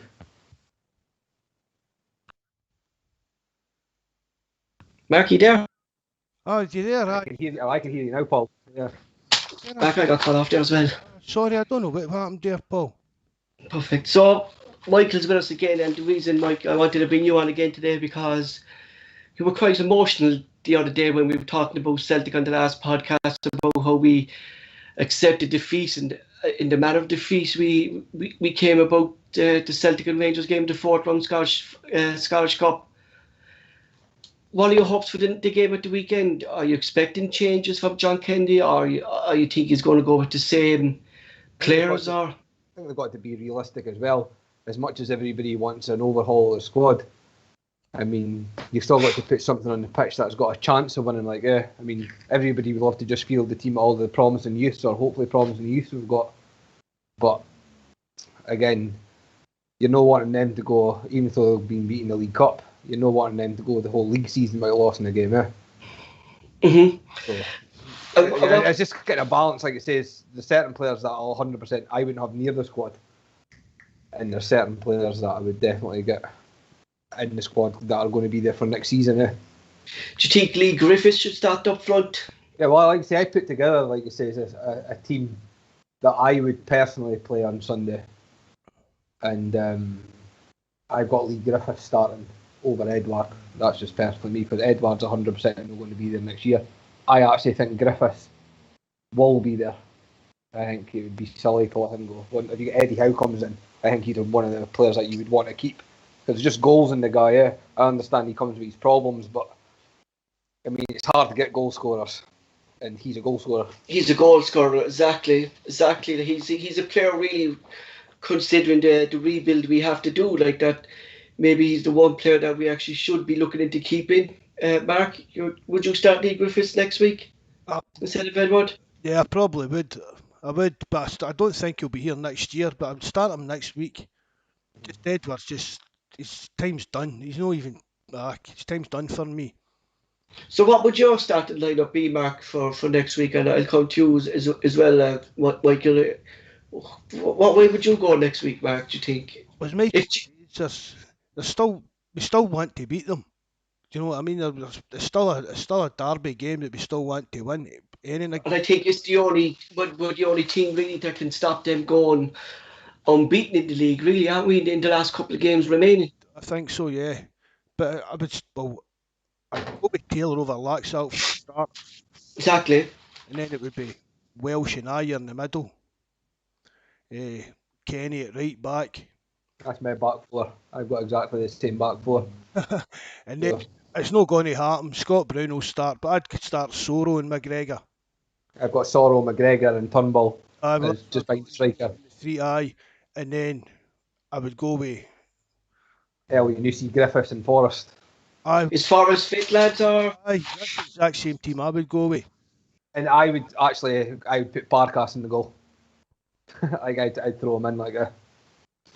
And considering, like I don't know what to think. Like my thinking is why John Kennedy started Laxell was because of his pace to get up the field and get the thing, but that didn't happen. Do you think that John Kennedy would actually go to start Laxell again, or the way he took him off and ball on Taylor, that he will start with Taylor this time? Because you can't start Laxell, surely. I mean, no, come on. No, he'd be at the pish if he started Laxalt, wouldn't he? No, that's not even like worse. That's just a disaster. Like everybody can see that Laxalt. He's like a few years ago when sorry, Mike came out there. When I watched Serie A because I watch a lot of Atalanta, and Laxalt back in the day when he used to play at Genoa and that, he was a winger there. He was actually pretty good. mm-hmm. I've never known him as a left back in the years of me watching him, and that shows when he plays for Celtic. He's no left back. Do you think maybe Kennedy's thinking was it was against that young right back he brought into the team? See, I thought that was even worse than that young. Because I've obviously seen minimal of him, but he's obviously high. Saw after. I think Kennedy was thinking Laxalt pushing onto him his pace onto that young boy, Welly and Usi out there and then cutting in could maybe run rag running, but. I mean, it obviously backfired because Laxalt had a disaster last week.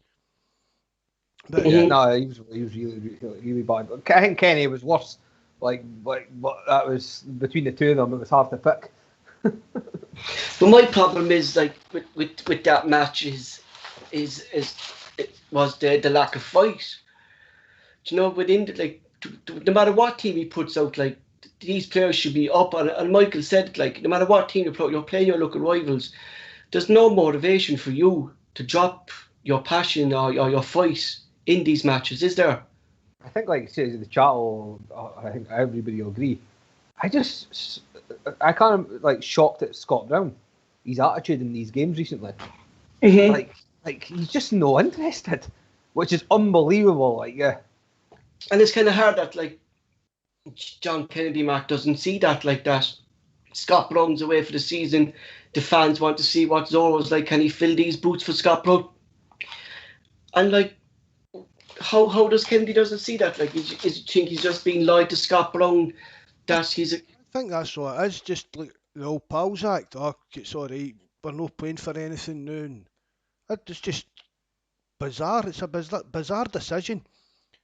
I'd start Soro at Ibrox, and I said it the other week. That should have been Scott Brown's last game, apart from maybe an appearance in the last home game, and then that should be at his time. We should be looking now at what's going to be here next season, as Mike's saying as well. That's what we've got to look at now. There's no time to be sentimental because somebody's leaving. 100%. And like he says, it would be different if he was leaving, but he was still putting in a shift and still playing well. Exactly. He's just useless. Like he says, whenever I've seen Sorrow, I've really rated the guy. Yeah, I think he's a good player. Oh, he's a cracking looking player. But Because like when either. See for what he no, has shown us, he's entitled to have been getting more game time.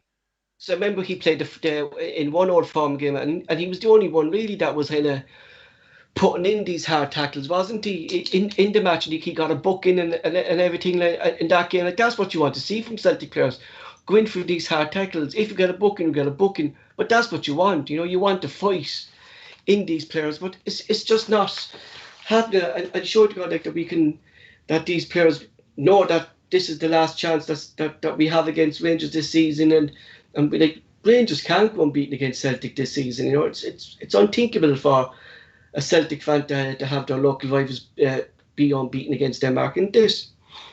Oh, it's the thinking about. I'm just surprised that Sorrow in the last 18 months hasn't came out, or his agent or whoever's came out and says, I'm wanting to move. I know. I'm surprised that he's been so quiet, that guy. I was actually just going through my head there, Mikey. I was going to say, do you think maybe Sorrow maybe be looking at the exit? Or hope that under a new manager will come in and say, well, I've got a player here, I can use this guy. I mean, that's what I'm hoping. Petrov didn't get off to the best of starts when he first came. I mean, Sorrow's no put a foot wrong. No, you know, like he says, it's going down really. Like he's kind of really been frozen out by the likes of Kennedy, really, hasn't he? He's kind of been frozen. As he said there, maybe it's down to Pals being with Scott Brown. It's more of a sentimental thing to him to play Scott Brown. But I shouldn't have come into it. You know, but that's the way it is coming in, Michael. Isn't it? That's the only reason I can think of John Kennedy playing Scott Brown instead of Zorro at this precise moment. Mark, what do you think? Oh, yeah, I 100% agree. That's the only reason it can be. Through sentiment, it's been sentimental. Oh, it's Scott Brown. He's been here for years. If Scott Brown had any, he could even say, look, just, do you know what I mean? My time's done here. My head's in Aberdeen now. We're not playing for anything. Just, I'll no mind sitting on the bench for a couple of games. I was looking through the chat and I've seen a guy, Paul Ward, and he said, well, he's just thinking similar to me. If Griffith starts, we beat them now. It's as simple as that. Because he's not missing half the chances that Edward did last week. Or 2 weeks ago, whenever it was. So my thing to two of you there, we just say now that Forrest is injured for the next Old Firm. He's not going to be available. He's not going to be fit. And we tried Christie in this position numerous of times and it's failed. Is it time to maybe give them better run in this game? Give us a bit of wish in this game? If Forrest was injured, then 100% I would play somebody like Dembele. Because Christie shouldn't be near the starting 11. Oh, again, I've said that for weeks. Christie shouldn't be near the starting 11. But why not throw Dembele in? Exactly, the high pressure game against your rivals, Mark. See what the young lad can do against them. My only fear is that he'll get bullied, or would he? There's no crowd there either. That would help him. Yeah. Throw him in the middle. Do you know what I mean? An away game at Ibrox with a full house. That could just, do you know what I mean? His confidence could just bottom line there. But when they crowding that there, I throw him in. See what he can. Well, that Barisic, like he says, everybody goes on about, like they all go on about him like he's this like top fullback. He's like a week in jail slow. Mm-hmm.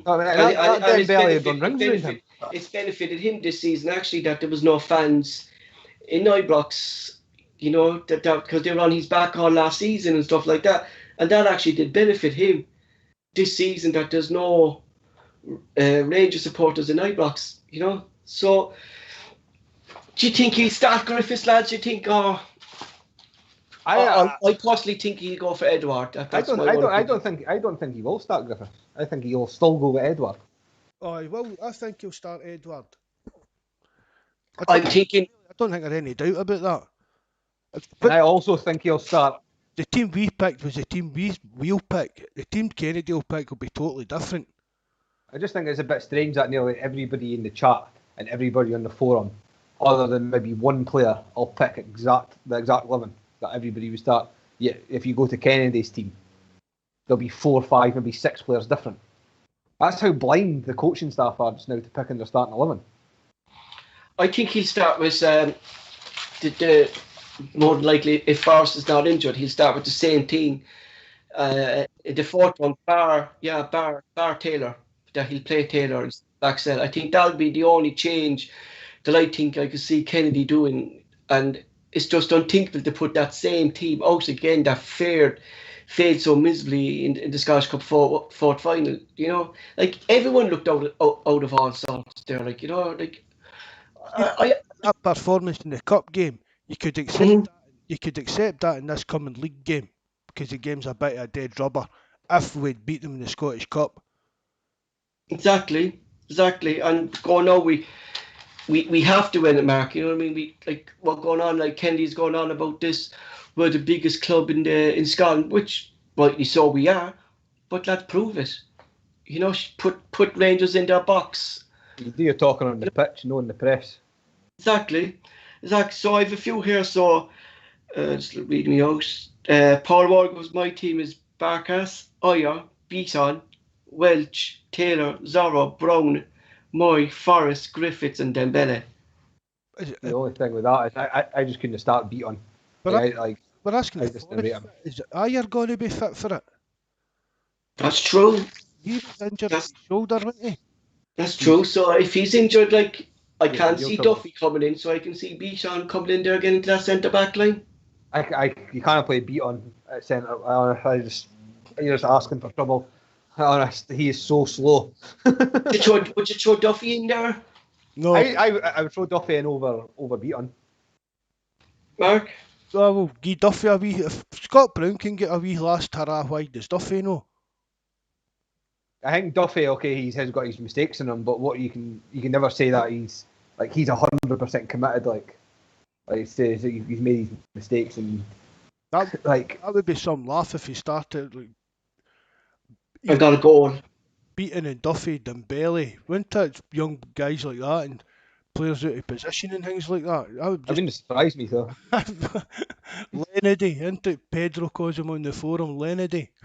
What I've like I say, the older viewers will know is when I've seen Duffy play this season, just the look on his face, he's just spitting Harold Bratt back under pressure when he first came. See the pressure he looks under when he's playing for Celtic, Duffy, it's unbelievable. It was the same as Bratt back when he came. Like he was just a bag of nerves, the guy. If he's got a weight of the world on his shoulders, isn't it? Yeah, that's it. I like. Shame, I've said that it's a shame that it's not worked out for Duffy because we all thought he would have done well for us and whatever's happened, it's just not worked out. But he'll be as disappointed as we are that it's not worked out for him. And like Paul says in the last podcast as well, like the fans would have played a big deal with Duffy as well. Like he wanted to play in front of the fans. So that would have made a big difference to him settling in and that as well. And like he says, what's went on with his family, I think he can excuse what's happened to Duffy this year. I think it was the wrong time really for Duffy. Mark wanted to come to the club, wanted during the pandemic, and his father passing away and not being able to play in front of the Celtic fans, which was a life dream for him, really. You know. He couldn't turn it down, even if he going by that. So, would you sign Duffy up for next season if a new manager came in and if he had the fans back? I wouldn't. No, I don't think so. I think just like I think this season will haunt Duffy for the rest of his career. Honestly, I think so. Yeah, I think so. It has affected him because in the last Irish squads and first team, he was actually being left out of it. Confidence levels, Stephen Kenny said, have dropped. That he asked himself to not start the game. So it's really after affecting him as a player as well. This year, not just Celtic, the whole year between his father, his failed Celtic move. Like it's not something really that Duffy wanted in his life, isn't it? You know. Well, if he's asking to be dropped for Ireland and they qualify, there's no chance of him starting for Celtic against them. Because that's. So like my thing is like why hasn't Kennedy kind of put his own grip on this team? Like tried a different formation, Michael or Mark. Like he stuck with the same kind of diamond formation that what I said last podcast that Lennon invented to play these players, Christie, Brown, and Callum McGregor, and and Cham when he was there. Like, this was bought in, but Kenny kind of sticks with the same formation. Like, is that showing that maybe Kenny's not as tactical as we think, or is it just down to the players that's available to him? Mark? I think it's down to the players and the system that they're used to playing as well. It's just he's not wanted to change things too much. I mean, I think he knew himself. He was never in for any chance of getting the job. It was never realistic that Kennedy was going to become manager. And I thought his job was just to get us through the season and try and win the Scottish Cup. But I don't know if he changed it and things went even worse than they did, we'd all been on his back about it. Mm-hmm. So I could have pushed the boat out and tried to show his own thing, and even as an example of what he could bring to another team.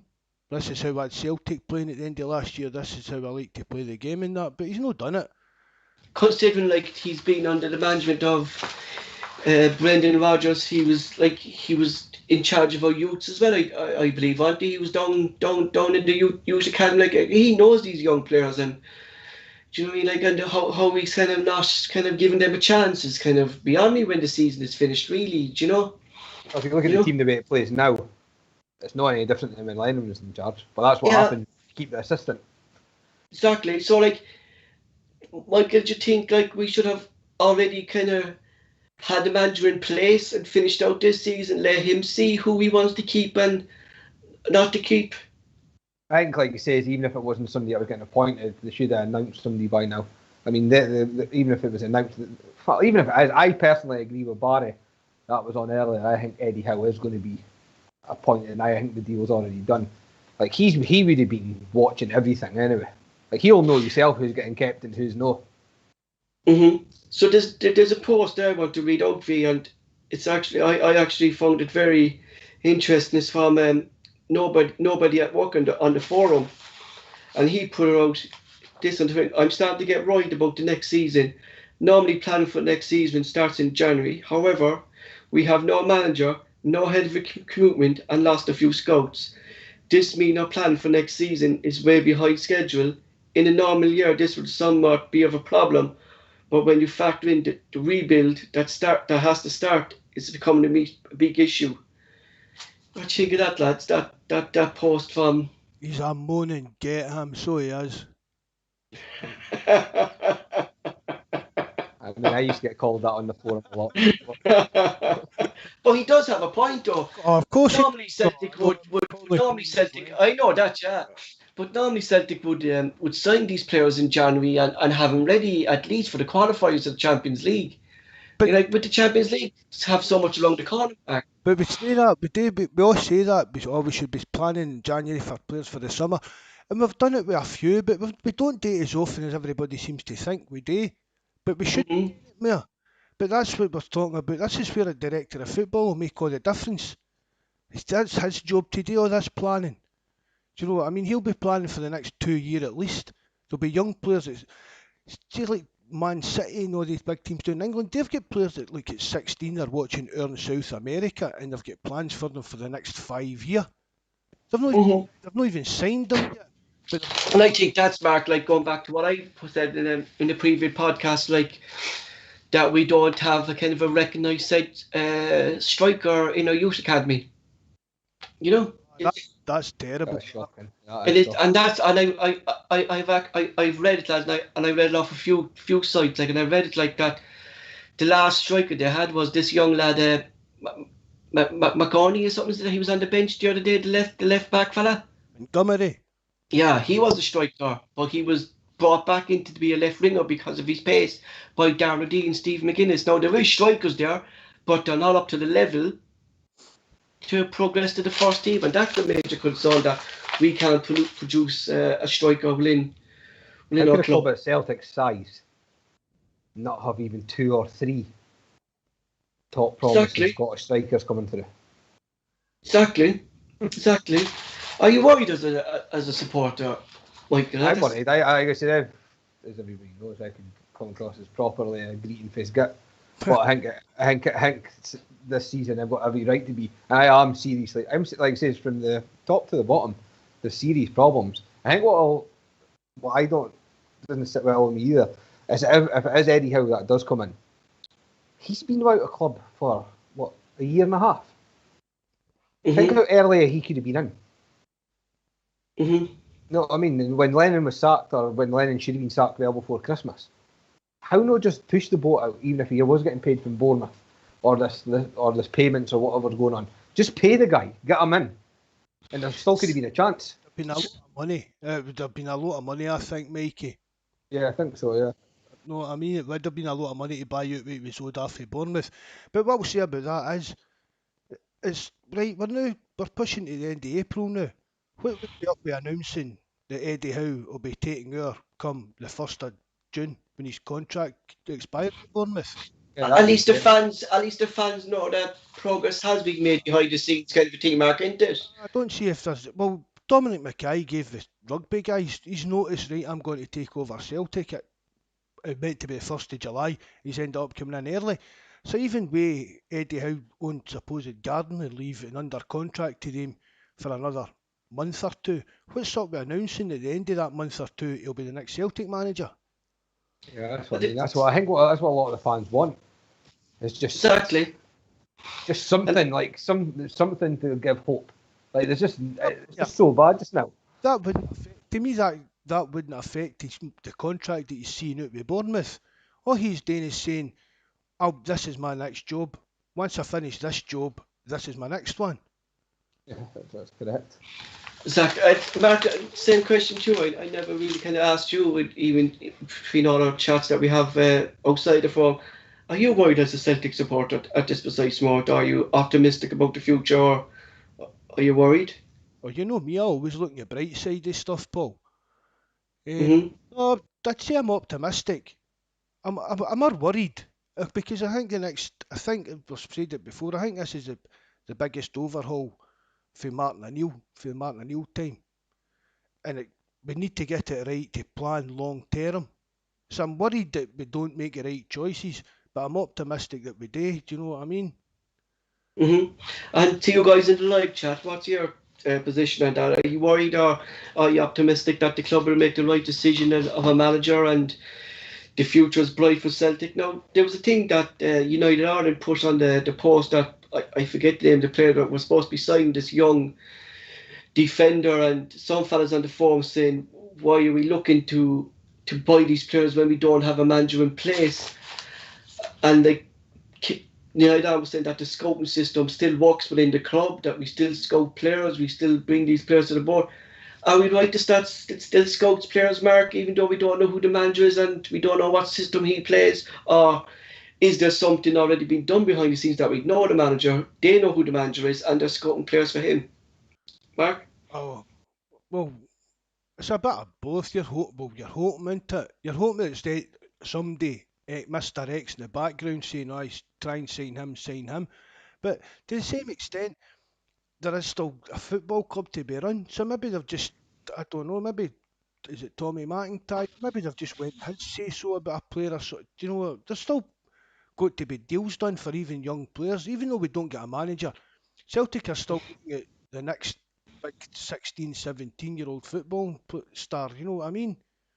At least they're recognising that this is a position that we need to improve, and this is why they're scouting these defensive centre-back players. At least they're recognising that this position needs to be improved. Michael, do you think they're right? Well, I've heard a few, like you said, rumours in the last 24 hours, if anybody's actually interested. And I'm not a fan of loans, but I think this would be a good one. The boy, I think his name's Brandon Williams, the left back from Man United. He's been rumoured to have been approached for a loan for next season. And there was another guy that's been rumoured as well, and it involves the Jetty, which would make me happy if he was gone. It's a guy that plays up front for Young Boys. Jean yes, I saw that. Yes, you saw that. You said that, yeah.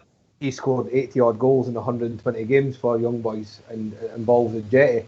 So there's two players that, if they're looking at their kind of players, and that's the kind of calibre of players that you're wanting to come in, because they're actually going to improve the team. So exactly. Like if Brandon Williams came in, and he's a young player that's after breaking into Manchester United first team, in a year up in Scotland, would actually be a benefit to him and Manchester United. Do you know? like That's one of the loans that you don't mind. Like, I'm not normally a fan of loan players because they're always going to know that they're going back to their club. But if you're bringing in somebody like young and that wants a point to prove, I think yes, exactly. Go wrong. It was the same as Fraser Foster, was it? Patrick Roberts. Yeah, another one. Yeah, he was outstanding for us. He was a great loan. I mean, I don't know what's happened to him now. Like, he's getting a bit older now, mid-20s, and he's not really did much. But at us, he was a quality player. It's like going back like that, you know, instead of like, as we were saying there, like yes, he's loaned, was supposed to be a loan first, like, and then it turned into a permanent deal. Like we don't want to be loaning players who clubs actually don't want. Do you know what I mean? We want players that who their ownership clubs want them to progress in their career, see how they get on a Celtic for a year, like Patrick Roberts, and not to have a player come in that's not wanted by their thing. Like, do you think Elyounoussi fits into that bracket, or would you go for Elyounoussi? Would you sign Elyounoussi next season, or? I'd sign Elyounoussi. I think under even a better manager and a better coaching staff, I think he would get even better. I think what's underrated about Elyounoussi is how good he is in the air, as well. Exactly. A lot of people forget, like, for a winger, like, that's not really heard of. Like, so, like, I how he gets in the box and how he kind of gets in the box as well. Like he's nearly our fourth striker on the pitch. You know, when Edward is not on his game, you know what I mean? Elyounoussi up there. You know, like, so does. Like, what's your thoughts on these loan players? Like, well, like, what about Laxton and Kenny? Like it doesn't work. Like, this is another player, two players like that are not wanted by their clubs. And Celtic took up a loan player. Like, should we kind of keep away from that? That if their teams want to get rid of him. Well, I think maybe Kenny, he's been good in bits, but I don't think I would spend much money on him. I don't think he's going to make a grade with us. And Laxalt's been a disaster. But I think it's, if a certain quality player comes up that's going to improve your team, do it. But don't, as you say, don't be taking other people's cast-offs kind of thing. Just, oh, we don't want him. Do you want him? All right, we'll take him then. And they're not doing much to improve us. Because remember when... What? On you go, Barry. Michael. No, remember when we got Craig Bellamy on loan, mind?